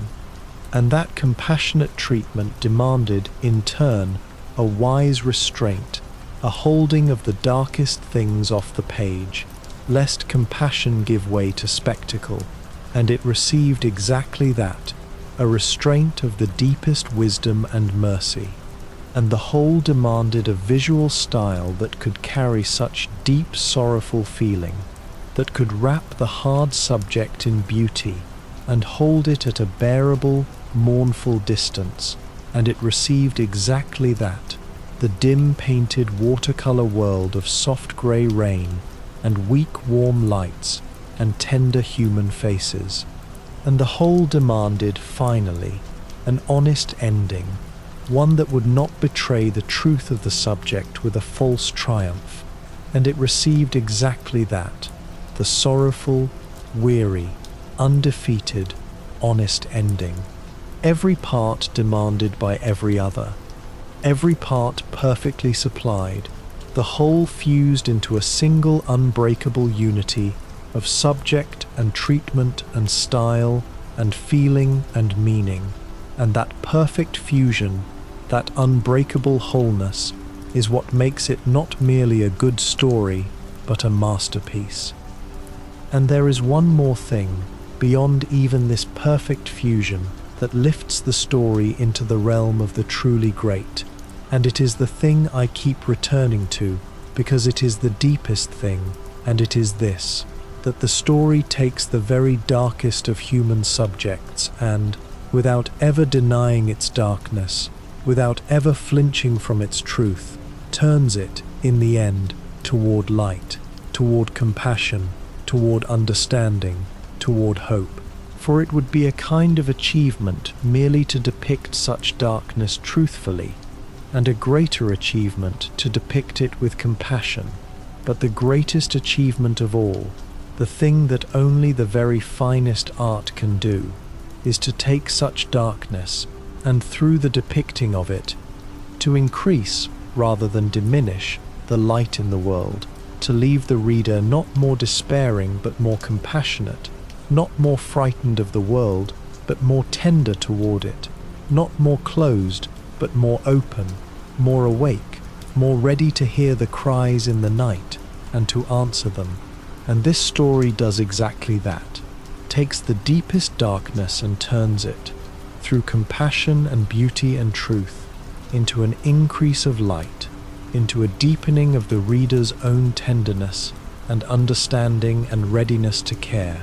And that, in the end, is the truest mark of its greatness, and the deepest reason it deserves the name of masterpiece. So let that understanding settle now, gently, the gathering of all the threads into one, the perfect fusion of subject and treatment and style and feeling and meaning, and above all the great final achievement of turning the deepest darkness toward light, of leaving the reader not more despairing, but more compassionate, more awake, more tender. And you may rest in that understanding now, the full sense of why this quiet, painted, sorrowful story is a masterpiece, and let it settle over you like a deep calm, and let it carry you further down towards sleep. Let me speak now, softly, about what the story leaves us with, what we carry away from it, when we close its dim, beautiful pages and return to our own ordinary lives. For a great work of art is not only an experience in the moment, but a thing that stays with us, that changes us a little, that we carry with us afterward into our days, and it is worth understanding, gently, what this particular story leaves in the hearts of those who read it. And what it leaves, I think, above all, is a deepened tenderness, a heightened awareness, a quiet resolve to be more awake, in our own lives, to the suffering around us, more ready to hear the cries in the night, more ready to be, in our own small ways, the one who comes. For once you have read this story, once you have entered its dim, rainy, sorrowful world and felt its deep compassion and understood its hard, tender wisdom, you cannot quite unknow what it has shown you, cannot quite return to the comfortable half-sleep in which we so often pass our days, unaware of the quiet suffering around us, deaf to the cries in the night. Something in you has been awakened, gently, a little, an awareness of the reality of the darkness and of the vulnerable souls caught in it, and a corresponding tenderness, a readiness to care, a resolve, however quiet, to be a little more awake, a little more attentive, a little more ready to notice the suffering that so often hides just beneath the surface of ordinary life, and to respond to it, in whatever small way one can, with kindness rather than indifference, with attention rather than averted eyes. And this quiet awakening of the tender and attentive heart is perhaps the greatest gift the story gives, and the deepest reason it matters, for it does not merely move us in the moment, but sends us back into our lives a little changed, a little more awake, a little more ready to be, for the ones who suffer around us, the one who hears, the one who notices, the one who comes. And there is something beautiful in that, in the thought that a work of art, even a dark and sorrowful one, especially a dark and sorrowful one, can send us back into our ordinary lives a little more tender, a little more awake, a little more ready to care. For it means that the reading of such a story is not a mere indulgence in darkness, but a kind of gentle schooling of the heart, a deepening of our capacity for compassion, a widening of our awareness of the suffering of others and of our readiness to respond to it with kindness. And in a world that so badly needs more tenderness, more attention, more readiness to hear the cries in the night, this is no small thing, this quiet schooling of the heart that the story performs. And it is one more reason, perhaps the deepest reason of all, that it deserves to be treasured and returned to and loved, this dark, sorrowful painted masterpiece that leaves us, in the end, more tender than it found us. So let that settle over you now, gently, the thought of what the story leaves us with, the deepened tenderness, the heightened awareness, the quiet resolve to be more awake and more ready to care, and let it be a soft and hopeful thing to carry down with you towards sleep. The sense that even a dark story can make us gentler, can school the heart in compassion, can send us back into our lives more ready to hear the cries in the night and to answer them with kindness. And you may rest in that gentle, hopeful thought now, and let it hold you, and let it carry you further down toward the deep, sweet sleep that is very near now. Let me tell you now about the reputation this story has come to hold over the long years since it was made, among all those who love and study the tales of the Dark Knight, for it is spoken of in a particular way, in a hushed and careful and reverent way that tells us a great deal about what kind of a thing it is. For there are stories of the Dark Knight that are spoken of loudly and joyfully, the great thrilling adventures, the beloved crowd pleasers, the ones people quote and celebrate and return to for the pure pleasure of them. And then there is this one, which is spoken of differently, more quietly, more carefully, almost the way one speaks of a death in the family, or a hard truth, or a sacred thing, in low, respectful tones, with a kind of reverence and a kind of caution, as something powerful and serious and not to be taken lightly. A story people warn each other about even as they recommend it, saying, "It is a masterpiece, but it is a hard one. It is beautiful, but it will stay with you. Be ready before you enter it, for where it will take you." And there is something telling in that hushed, careful, reverent way of speaking, for it is the way people speak of the works of art that have truly marked them, that have gone deep, that have changed them a little, the works that are not merely enjoyed but undergone, not merely read but experienced, that leave a permanent mark on the soul. For this story is one of those, one of the works that people carry with them for the rest of their lives, that they remember not as a pleasant diversion, but as a profound and sorrowful and beautiful experience, a place they went once and never quite left, a truth they were shown that they could never quite unsee, and to have made such a thing that goes so deep and marks people so permanently and is spoken of ever after in such hushed, reverent tones, is a rare and a great achievement, and it is the achievement of this quiet, painted, sorrowful story, which has earned, through its depth and its beauty and its hard, tender truth, this particular reverent place in the hearts of all who have undergone it. And it is worth noting, too, that the story has held this place, this hushed, reverent place, for a very long time now, across the passing of many years, and that its power has not faded, its reputation has not diminished, but if anything has only deepened, as the years have passed and new readers have come to it and been marked by it in their turn and passed on, in their hushed, reverent way, the word of its power. For that is the mark of a true and lasting work of art, that it does not fade with the passing of the years, does not date, does not lose its power, but goes on speaking, generation after generation, to each new reader who comes to it, as deeply and as truly as it spoke to the first.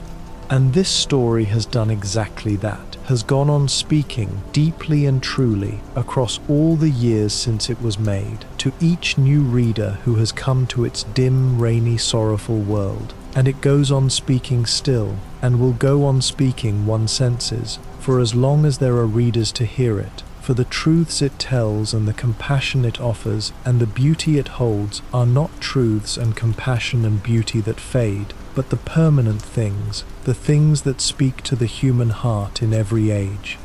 So let that settle over you now, gently, the hushed, reverent, lasting reputation of the story, the way it is spoken of in low, careful tones as something powerful and serious and marking. A masterpiece that is also a hard, beautiful experience to be undergone, a work that has gone on speaking deeply and truly across all the long years and will go on speaking still. And let that sense of its lasting depth and power settle into you now, and deepen your rest, and carry you further down towards sleep. Let me say one more thing, before we let the talking give way to the quiet, about the way this story becomes, for each person who reads it, a kind of mirror, a thing in which we see not only the dark night and his sorrowful world, but, somehow, ourselves, our own hearts, our own wounds, our own choices. For that is one of the deepest things a work of art can do, to become a mirror in which we glimpse ourselves more truly, and this story does it, gently and powerfully, for it is about, at its very root, the most universal of all human things, the way we are shaped by the harms done to us, and the choice we all face, in our own smaller ways, about what to do with our wounds,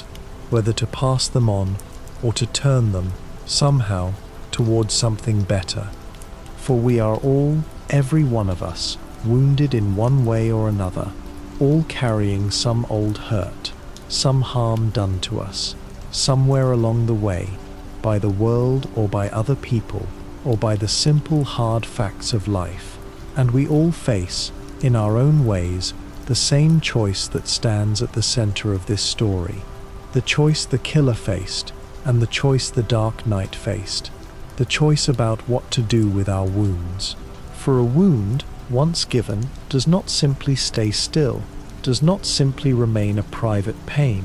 but wants, always, to move, to flow, to express itself, and it can flow in either of two directions, outward as more harm, passed on to others as it was passed to us, or transformed, somehow, into something else, into compassion, into protection, into a tenderness toward others who suffer as we have suffered. And this choice, this daily quiet choice about what to do with our wounds, is one that we all face, again and again, all through our lives, and the story holds it up before us, in its extreme and dramatic form, so that we may see it more clearly, and see, in the two children of the night, the two directions our own wounds might flow, and choose, more consciously, more deliberately, the better direction, the direction of the Dark Night, the turning of our wounds into tenderness rather than into harm. And there is something deeply valuable in that, in a story that holds up such a mirror, that shows us our own deepest choice writ large, for it can help us, gently, to make that choice more wisely in our own lives, to be more aware of the wounds we carry and of the ways they seek to flow outward, and to choose, more consciously, to turn them toward compassion rather than toward harm, to be, with our own hurts, more like the Dark Knight and less like the one he hunts. For we cannot choose whether we are wounded, none of us can. The wounds come whether we will them or not, but we can choose to some degree, with awareness and with effort and with grace, what to do with our wounds. which direction to let them flow, and that choice, made again and again over the course of a life, is very nearly the whole of what it means to become a good person or a harmful one, a source of tenderness or a source of pain. And this story, holding up its mirror, showing us our own deepest choice in its clearest and most dramatic form, can help us, a little, to choose well. And that is one more of its quiet gifts, one more reason it deserves to be treasured, this dark, sorrowful painted mirror in which we glimpse our own hearts and our own deepest choice more truly. So let that final thought settle over you now, gently, the story as a mirror, the universal choice it holds up before us, the choice we all face about what to do with our wounds, whether to pass them on as harm or to turn them, somehow, toward compassion and tenderness and protection, and the way the story can help us, quietly, to choose the better way. And there is a deep hopefulness in that, in the knowledge that the choice is ours, that our wounds need not simply flow outward as harm but can be turned, with awareness and effort and grace, toward the good. And you may rest in that hopefulness now, and carry it gently down with you towards sleep. Let me tell you now about the slowness of this story, about its quiet and its stillness, for it is one of the most unusual things about it, and one of the deepest sources of its particular power, and a gentle thing to rest upon as the night grows very deep. For most tales of the dark night move quickly, are full of motion and action and incident, hurrying the reader along from one thrilling moment to the next, panels crackling with energy, figures leaping and fighting and falling, the whole thing designed to grip and to race and to thrill. But this story does not move that way. This story is slow and quiet and still, unfolding at the pace not of an action tale but of a piece of solemn music or a long sorrowful poem, lingering on its images, dwelling in its silences, letting whole pages pass in near wordless quiet, in the contemplation of a rainy street, a dim room, a sorrowful face, so that the reader is not hurried along but slowed down, stilled, drawn into a kind of hushed contemplative quiet that matches the deep seriousness of the subject. And this slowness, this quiet, this stillness, is not a weakness or a dullness, but a deliberate and a masterful choice, for the subject demands it. The deep sorrow of it demands to be dwelt upon rather than raced past, to be contemplated in stillness rather than consumed in a hurry. For you cannot feel the full weight of such a sorrow at speed, cannot take in the depth of it while being hurried along, but only slowly, in stillness, in quiet, when the story slows and lingers and lets the feeling gather and deepen and settle. And so the slowness of the story is a kind of respect, a kind of seriousness, a refusal to hurry past the sorrow it contains,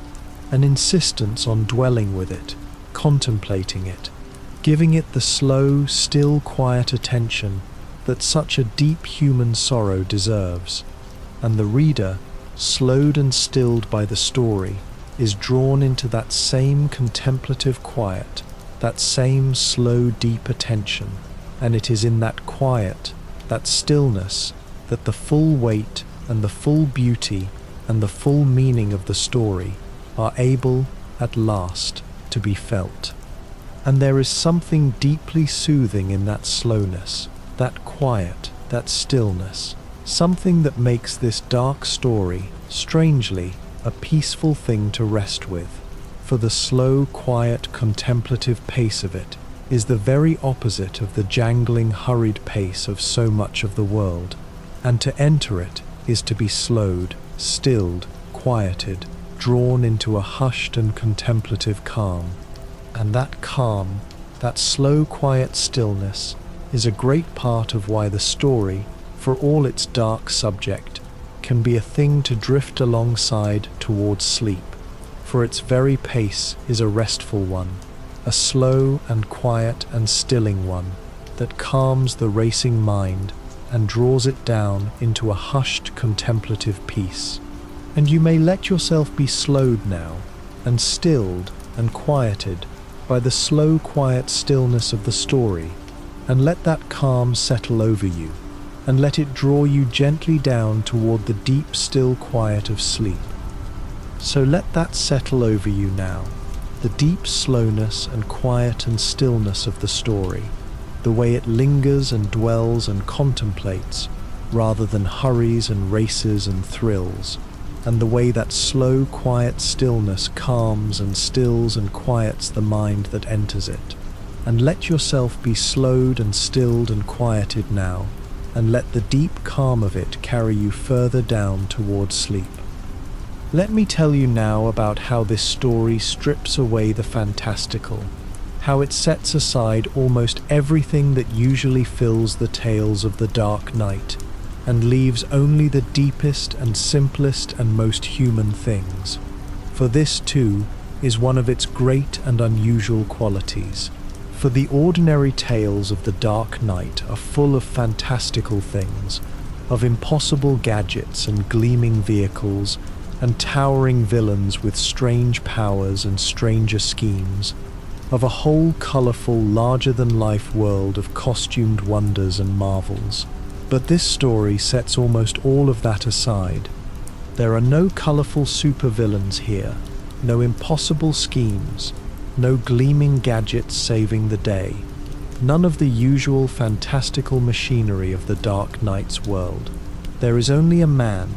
a grieving man in a dark costume, and a weary policeman, and a broken human being who does terrible things, and a city full of ordinary suffering people, and the rain and the dark. The story strips away the fantastical and leaves only the human, only the real, only the deepest and simplest things, grief and harm and compassion and the struggle of the light against the dark.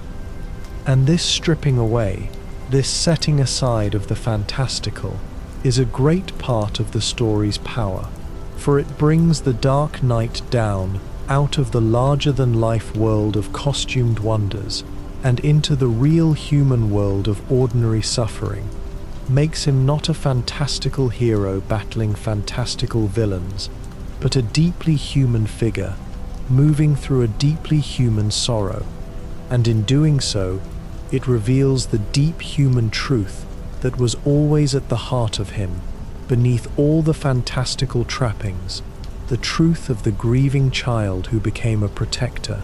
the wounded soul who turned his wound toward love. For when you strip away the gadgets and the villains and the fantastical machinery, what is left is the deepest and truest thing about the Dark Knight, his grief, his compassion, his lonely, sorrowful dedication to standing between the vulnerable and the dark. And this story, by stripping away everything else, lets that deepest, truest thing stand forth, clear and undistracted in all its sorrowful beauty. And there is something deeply moving in that, in seeing the Dark Knight reduced, or rather refined, down to his deepest human essence, stripped of all the fantastical trappings and revealed as simply a grieving, compassionate human being doing the hard, sorrowful work of protecting the vulnerable. For it reminds us that beneath all the spectacle and the wonder of his usual tales, there was always this deep human heart, this grief, this compassion, this lonely dedication,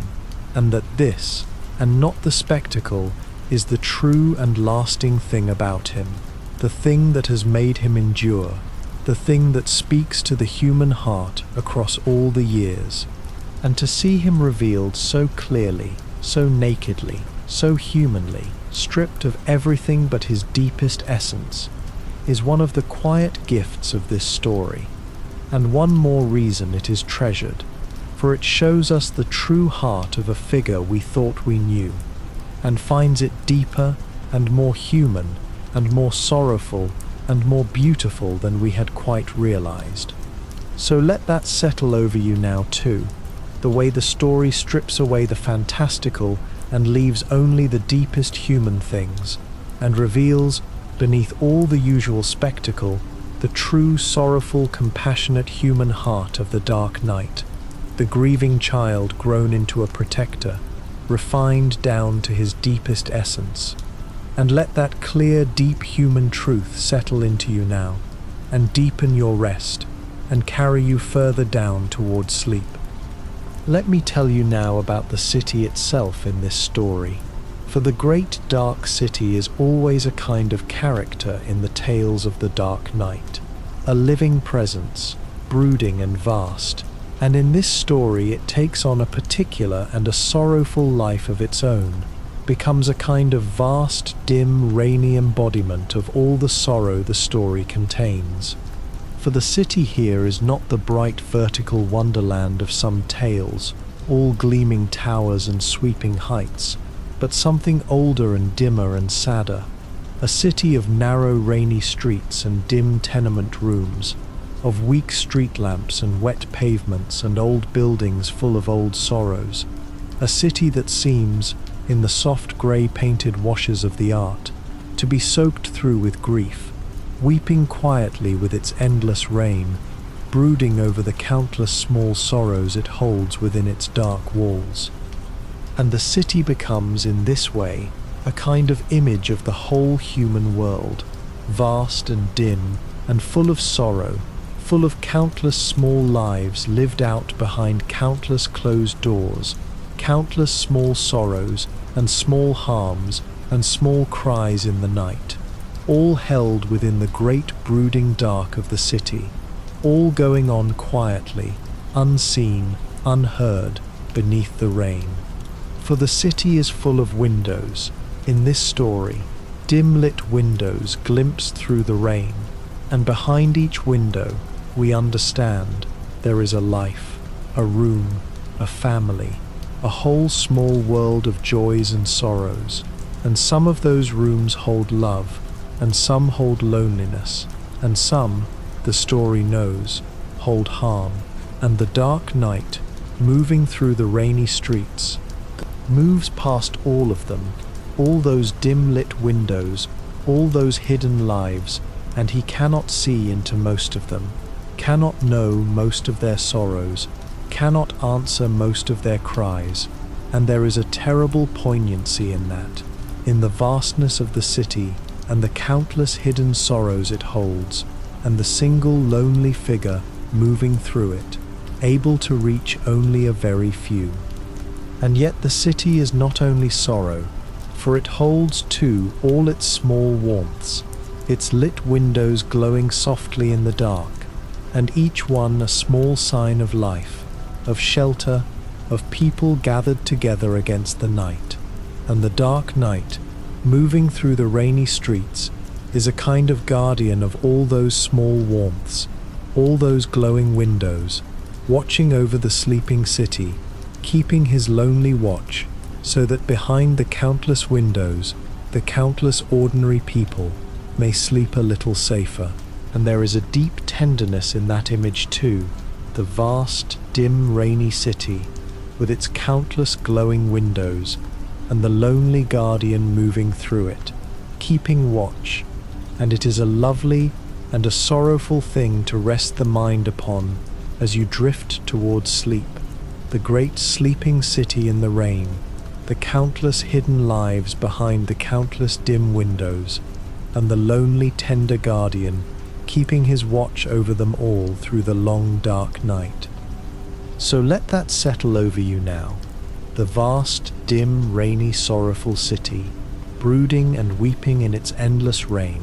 full of countless hidden lives behind countless dim, glowing windows, and the lonely, tender guardian moving through it, keeping watch over the sleeping city through the long, dark night. And let that great, sleeping, rainy city hold you now, and let yourself be one of its countless sleeping souls, safe behind your own dim window, watched over, sheltered, as you drift down towards sleep.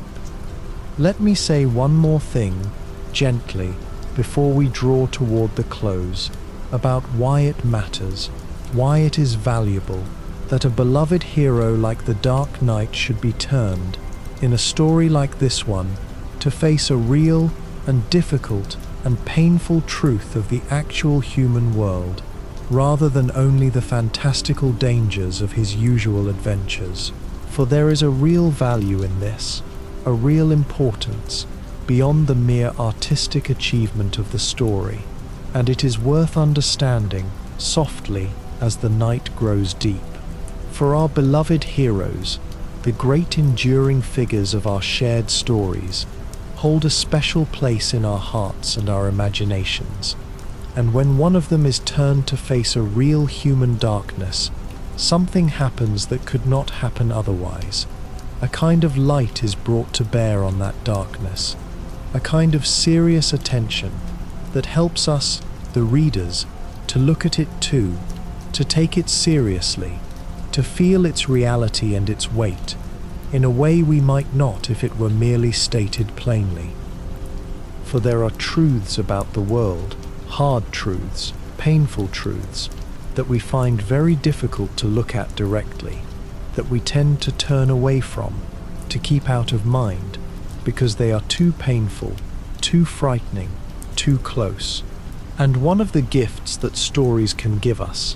one of their deepest and most valuable gifts, is to help us look at such truths, gently, indirectly, through the safe frame of a story, through the eyes of a beloved character, so that we can approach what we could not approach directly, can feel what we had kept ourselves from feeling, can know, in our hearts, and not only in our heads, a truth we had been holding at a distance.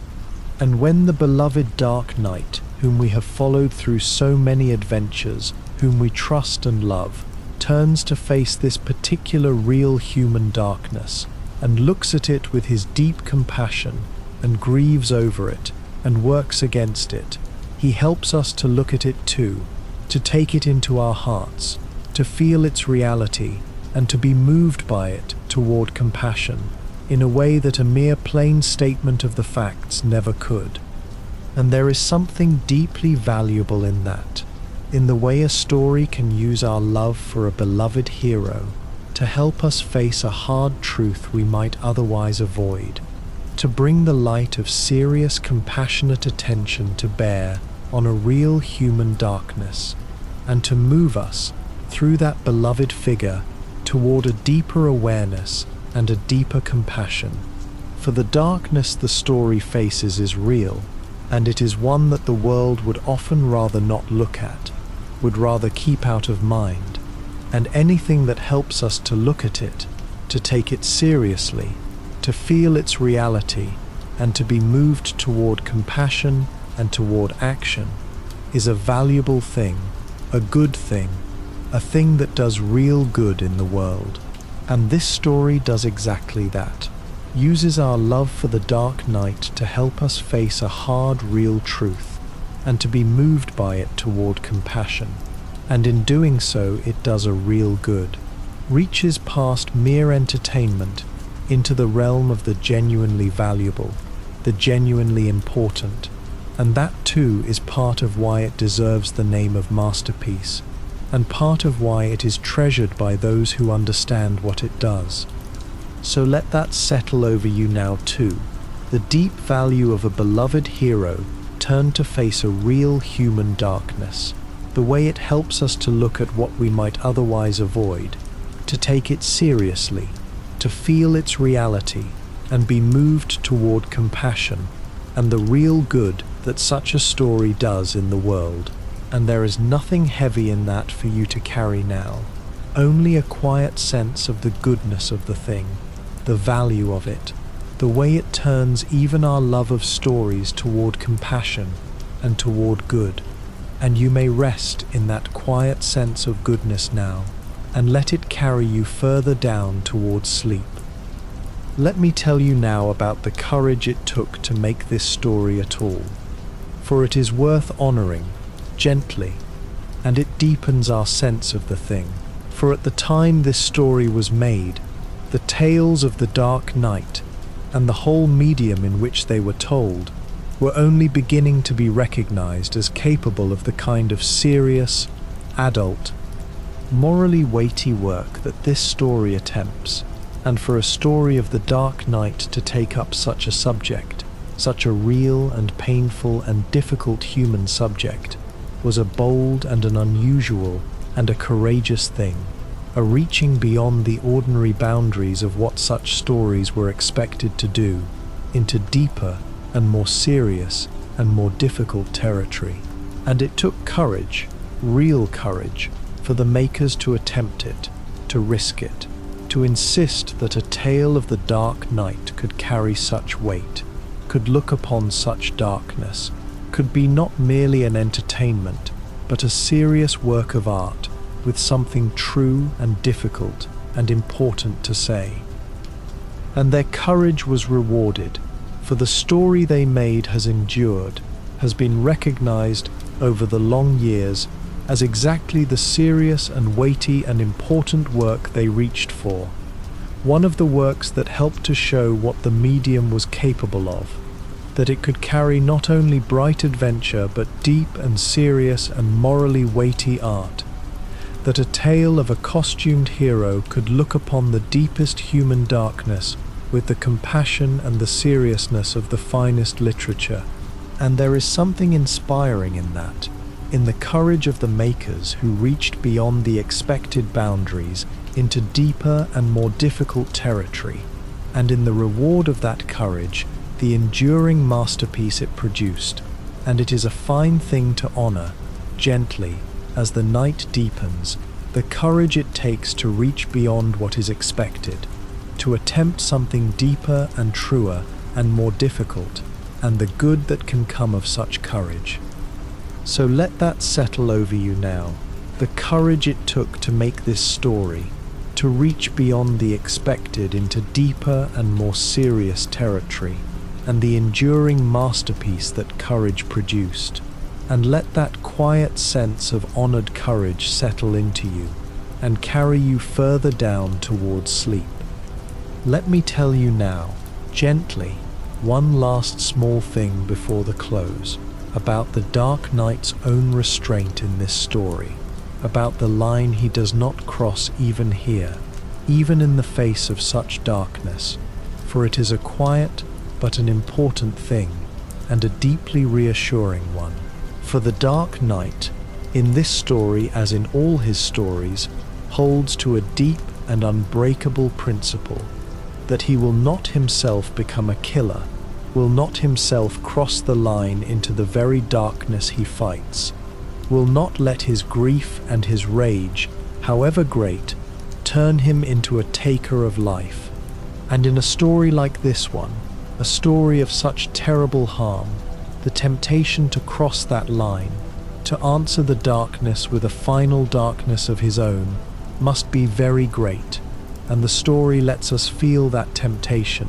feel the terrible pull of it, the longing to simply end the harm by ending the one who does it, once and for all. But he does not cross the line. Even here, even in the face of this terrible darkness, even with all the grief and the rage it must stir in him, he holds to his principle, holds to his refusal to become a killer,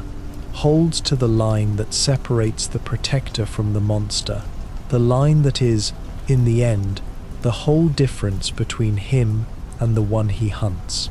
And there is something deeply reassuring in that, deeply steadying, in the Dark Knight's refusal to cross the line even here, for it shows us that the line can be held, that even in the face of the worst darkness one need not become dark oneself, that the difference between the protector and the monster is a choice that can be made and held, again and again, even under the greatest pressure, even in the face of the greatest darkness. And it is one more expression of the deep truth at the heart of the story, that our wounds and our grief and our rage need not flow outward as more darkness, but can be held and mastered and turned toward the light, and that the holding of that line, the refusal to become the darkness we fight, is the very heart of what it means to be good.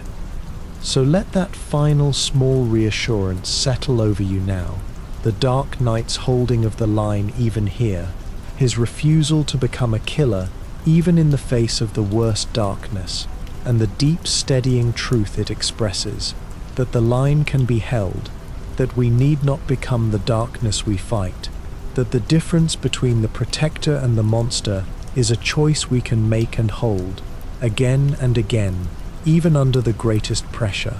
And let that steadying reassurance hold you now, and carry you further down towards sleep. Let me tell you now, gently, about the wakefulness at the heart of this story,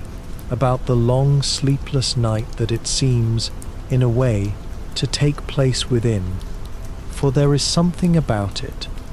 its whole mood and feeling, that is bound up with the experience of the wakeful night.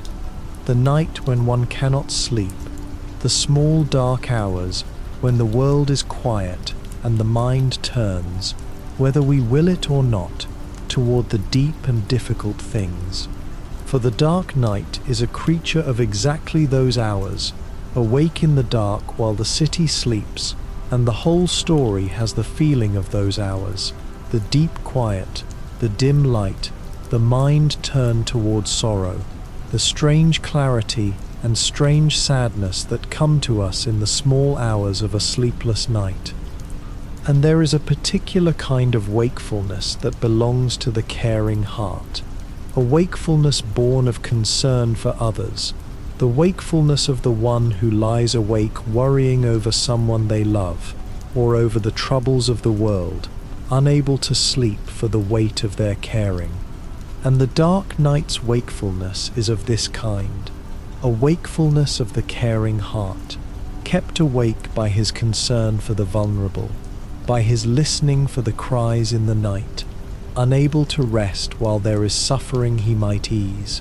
And the whole story is suffused with this tender wakefulness, this sleeplessness of the caring heart, this being awake in the dark out of love. And there is something both sorrowful and beautiful in that, in the caring heart that cannot sleep for its concern, that keeps its long, lonely watch in the dark out of love. And it is a tender thing to rest the mind upon,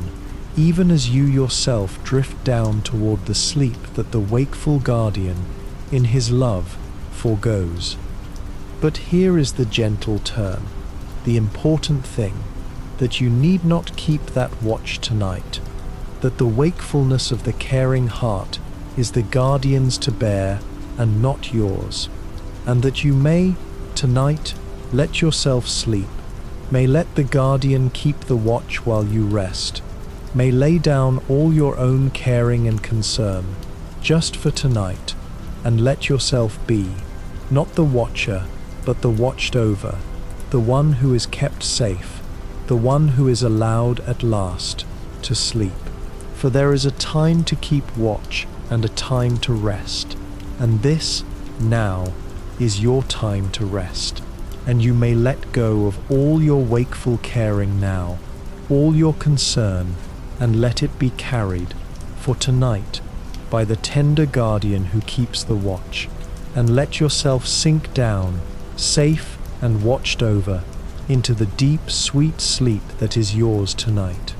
And let the thought of the wakeful, loving guardian, keeping his watch in the dark, be, for you, not a call to wakefulness, but a permission to sleep, the reassurance that the watch is kept, that you are watched over, that you may let go and rest. So let that settle over you now, the tender wakefulness of the caring heart, the guardian keeping his long loving watch in the dark, and the gentle permission it gives you to rest, to be the watched over rather than the watcher tonight, to let go of all your own caring and concern and sink down, safe and watched over, into sleep. And let yourself rest now, deeply, and let the watch be kept by another, and let yourself be carried down toward the deep, sweet sleep that is yours tonight. Let me tell you now, softly, one last small thing about the Dark Knight as we see him in this story. For he is shown to us here as a somewhat older and wearier figure than we often see him. Not the young and driven and almost furious avenger of some tales, but a more seasoned, more weary, more sorrowful figure. One who has been at his long work for many years, who has seen a great deal of darkness, who carries the weight of all those years and all that darkness in his bowed shoulders and his weary, half-hidden face.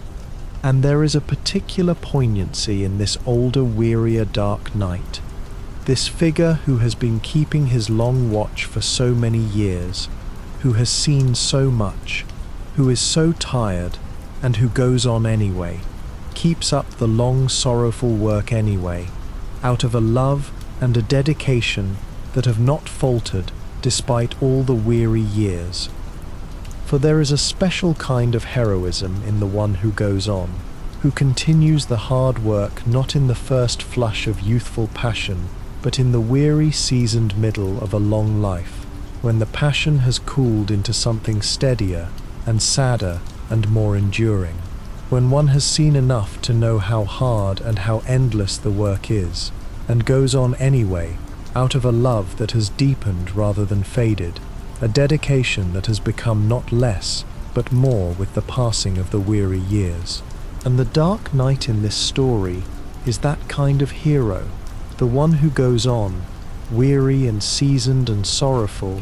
keeping up the long work out of an enduring love, and there is something deeply moving and deeply inspiring in that, in the weary, faithful continuing, the going on despite everything.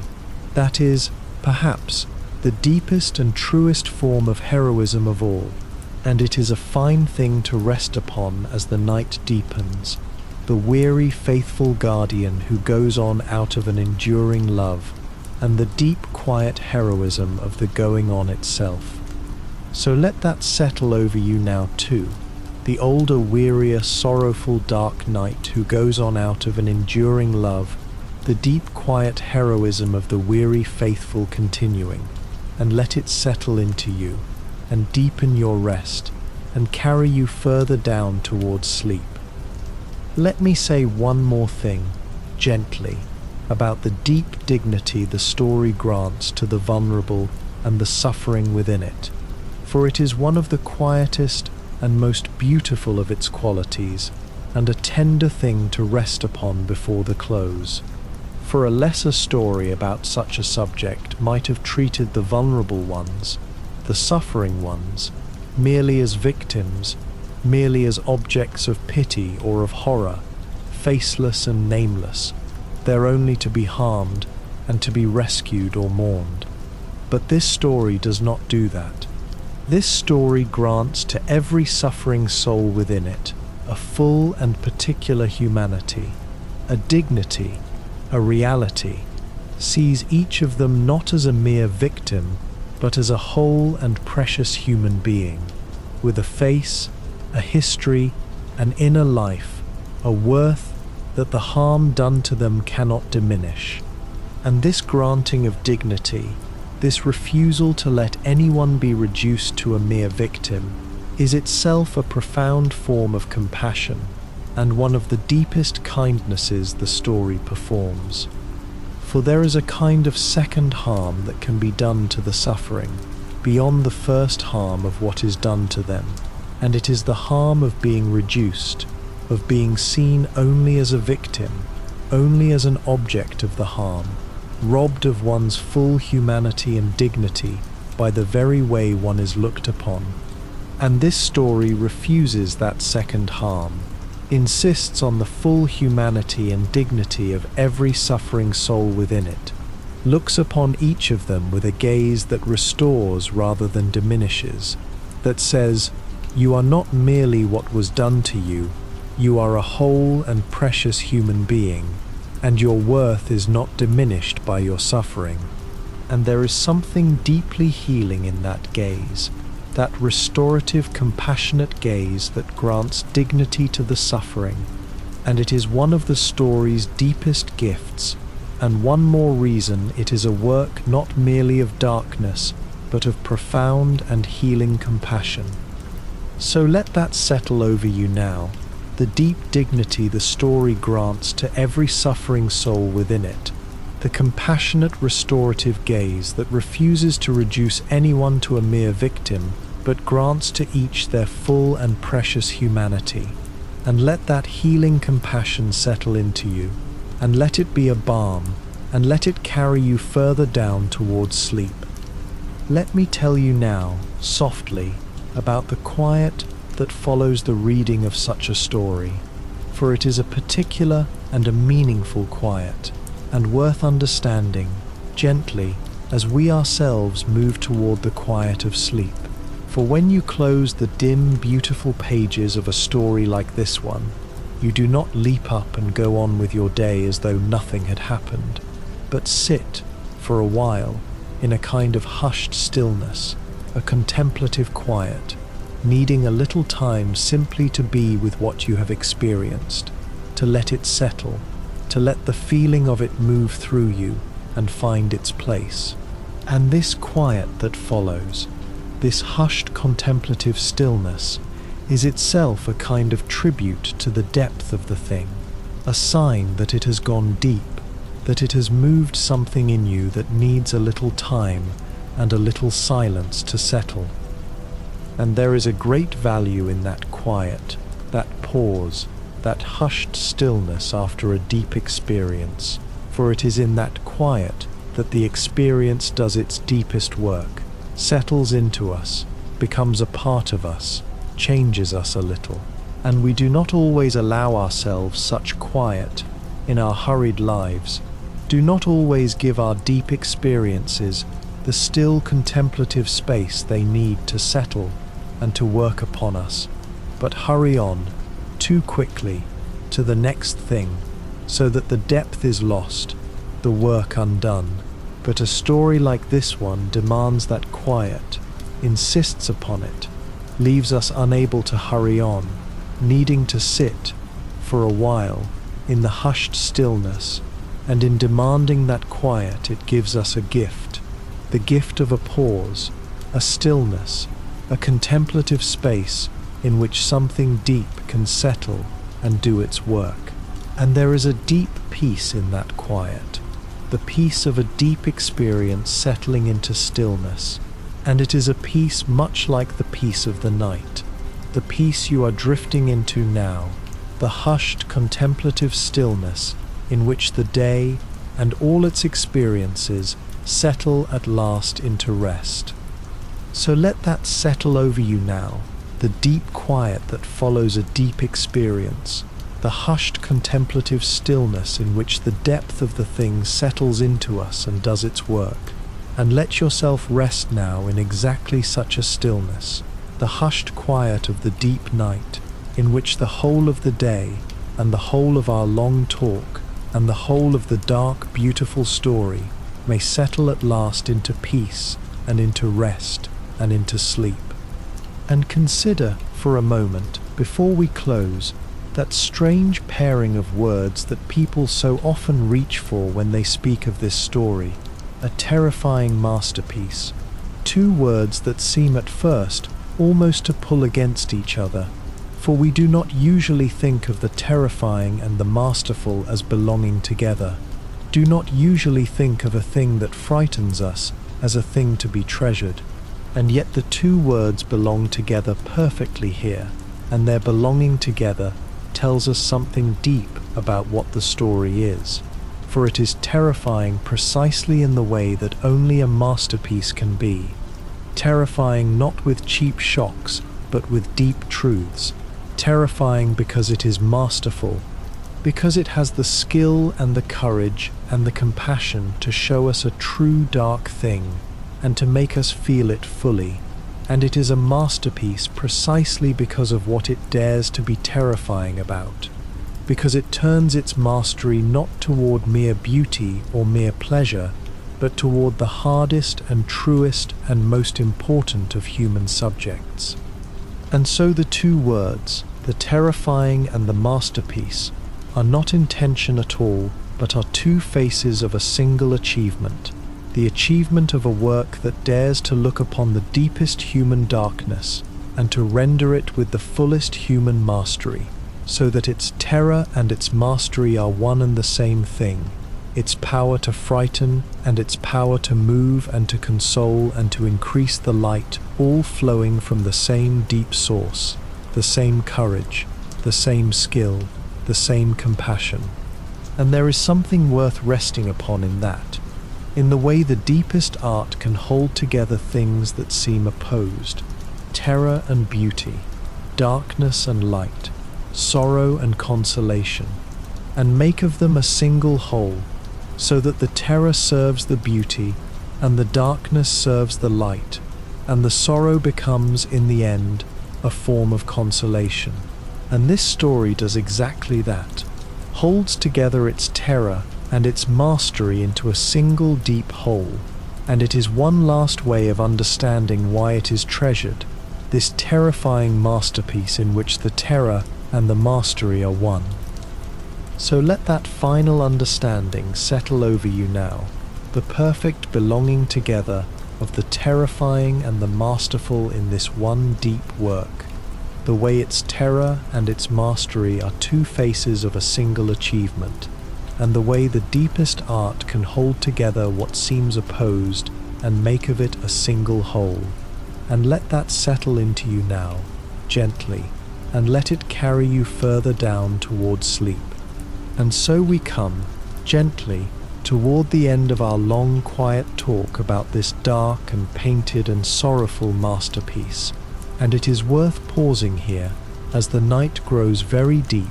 to gather up what we have found in it, softly, the way you might gather up the last warm embers of a fire before turning in for the night. For we have wandered a long way together through this dim, rainy, sorrowful world, and we have found in it far more than mere darkness.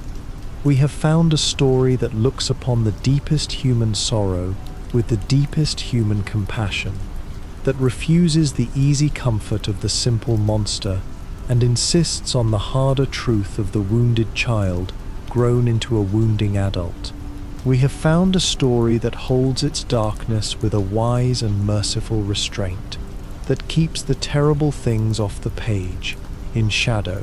and trusts the heart to understand. We have found a story painted in soft grey rain, and weak warm lights, and tender human faces, a story whose very images carry its deep mournful feeling, so that even its darkness becomes beautiful, becomes bearable, becomes something we can rest alongside. We have found a dark knight who is not an avenger but a sorrowful witness, a hearer of cries, a tender guardian who kneels to the frightened and shelters the vulnerable, a wounded child himself who turned his wound into a lifelong shield for others. We have found a weary good commissioner and his quiet true friendship, two tired men standing together against the dark. We have found a title that holds a whole sorrowful meaning in two small words, the cries that go up unheard in the night, and the one who has made it his life to hear them and to come. We have found an ending that refuses the false comfort of triumph and offers instead the truer comfort of a good work faithfully continued against all odds, forever. And we have found, running beneath all of it, a deep and difficult and hopeful wisdom, the wisdom that the darkness is human and made and can therefore be unmade, that the wounded can be reached before they wound, that the cycle can be broken, that the choice of what to do with our wounds is, in the end, ours to make. And perhaps the deepest thing we have found, the thing worth carrying with us as everything else fades towards sleep, is that a story about the very darkest of things can be, in the end, not a thing of despair, but a thing of hope, not a wound, but a healing, a thing that leaves us gentler than it found us, more awake, more compassionate, more ready to hear the cries in the night and to answer them with kindness. For that is the strange and beautiful paradox at the very heart of this dark masterpiece, that by looking so unflinchingly into the darkness, and by holding what it finds there with such deep compassion and such mournful beauty, it increases, rather than diminishes, the light in the world, sends us back into our lives not more frightened, but more tender, not more closed, but more open, not more despairing, but more ready to care. And there are few greater things that any work of art can do than that, to take the darkness and turn it, through compassion and beauty and truth, into an increase of light. And it is this, above all, that makes the quiet, painted, sorrowful story a masterpiece, and this, above all, that we may carry gently down with us now into sleep. For we have faced the darkness together tonight, gently, from a safe, warm distance, and we have passed through it, and found, on the other side, not fear but peace, the deep, quiet peace that comes of having looked upon a hard, true thing, and found it held, all the while, within a larger frame of compassion and beauty and hope. And there is nothing left now to trouble you,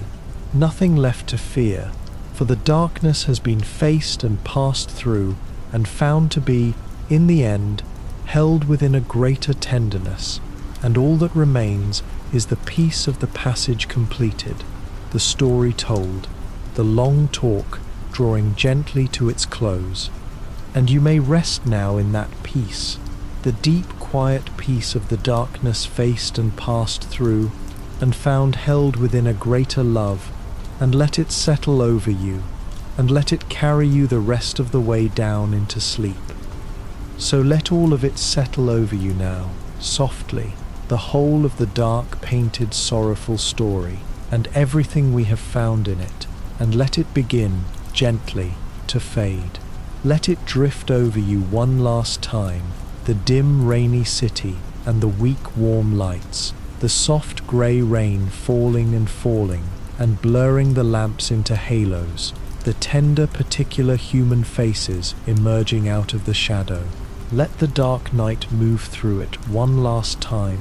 the sorrowful guardian, the hearer of cries,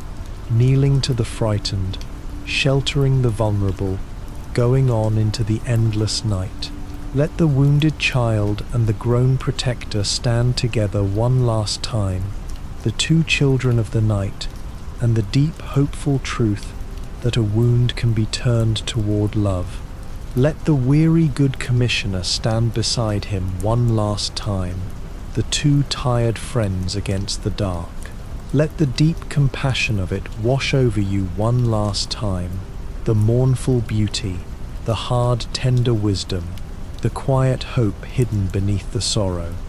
And then let all of it begin to soften, and to blur, and to fade, the images growing dim and gentle at their edges, no longer quite pictures now, but only a warm, soft, mournful glow, dissolving gently into the falling rain, into the quiet, into the warm dark where old stories sleep. There is nothing left to fear tonight, no cry in the dark, and no long night to face, no darkness anywhere that can reach you here, only the soft grey rain falling gently somewhere far away, and the warm dark all around you, and your own slow, easy breathing carrying you down. You have listened well tonight, and looked upon a hard, true thing with an open heart, and found it held within a greater tenderness. And there is nothing more you need to do now, nothing to carry, nothing to solve, nothing at all to stay awake for. All the talking is nearly done, and all the day is behind you, and the whole of the night lies open before you now, warm and soft and safe, with nothing in it but rest. You do not have to be strong tonight, and you do not have to be watchful, and you do not have to carry a single one of the day's small burdens down into sleep with you. The long day is over now, every last piece of it, and you carried it well, and there is nothing left of it to face or to finish. only the soft dark closing gently around you, kind and safe and yours. Whatever weighed on you today, whatever small worries or old wounds you may be carrying, you may set them all down now, gently, and leave them in the quiet until morning. For the night asks nothing of you but rest, and you have earned it, and it is yours.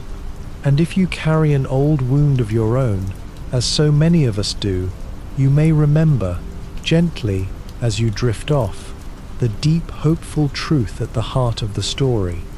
that a wound need not flow outward as harm, but can be turned, with grace, toward tenderness,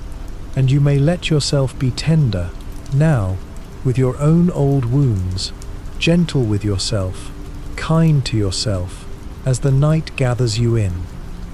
Let each slow breath carry you a little further down now, a little deeper into the warm, still quiet, past the fading images of the dim painted city,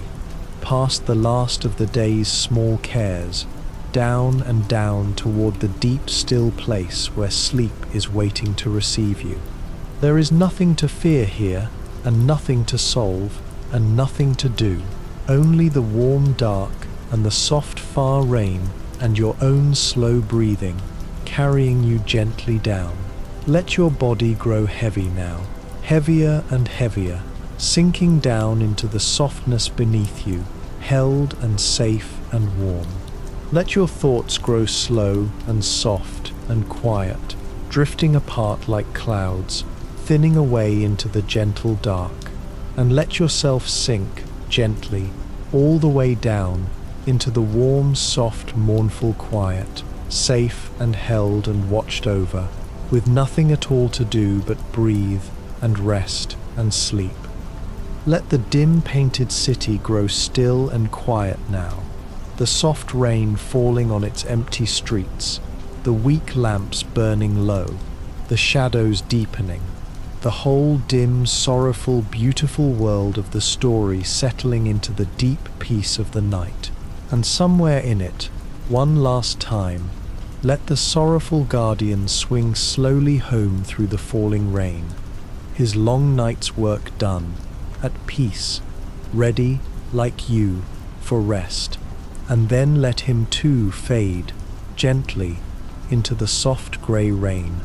into the warm dark, into the quiet,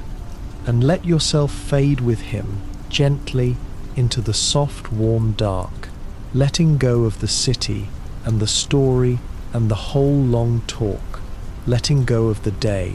letting go of everything, sinking down softly into sleep. There is nowhere you need to be and nothing you need to fear, and no darkness anywhere that can reach you here, only the soft dark and the far gentle rain and your own slow breathing carrying you down toward morning. It was only ever a story after all, only ink and paint and shadow, only a dim and beautiful and sorrowful dream, dreamed by gentle hands and offered up out of compassion, and it is closed now and set gently aside, and it cannot touch you, and there is nothing in it, and nothing anywhere that can follow you down into the warm, safe dark where you are going now. The whole of it can rest now, all the sorrow and all the shadow and all the rain, resting quietly where it has always rested, on its dim, beautiful pages, waiting patiently for whoever might one day open them again, asking nothing of you now, needing nothing from you now, letting you go gently into your own deep and peaceful rest. And if it is a comfort, you might carry with you into sleep the deepest and gentlest of all the thoughts from this dark, beautiful story. The thought that even the deepest darkness is held, in the end, within a greater tenderness, that the cries in the night are heard, that the wounded can be reached, that a wound can be turned toward love, and that the light, however small and weak, struggles on against the dark, and is not, and never will be, extinguished. Let that gentle truth settle over you like a soft, warm blanket, and let it hold you and let it carry you down. Rest now and be at peace, and be gentle with yourself, and let the soft dark carry you safely through the night. You have done enough today, more than enough, and you have listened long and well, and there is nothing left now that you must think or feel or understand. Nothing left to do at all but let go and grow heavy and sink softly down into rest. Let the last of your thoughts grow slow and dim and quiet, like the last weak lamps of the dim painted city, going gently out one by one, until there is only the soft dark, and the far gentle rain, and the deep sweet quiet, and you drifting down, at peace, into sleep. Sleep well now, and let the gentle rain and the warm dark carry you down, all the way down, into the deep sweet sleep that is waiting for you, and on through the quiet night, gently and safely and without a single care, toward the soft new light of morning. There is nothing more to hear now, and nothing more to hold, and nothing more to understand, only the quiet, and the warmth, and the rest, and the long, safe, gentle night stretching out ahead of you toward the morning. Sleep well, and rest deeply, and let go, and be at peace. Good night.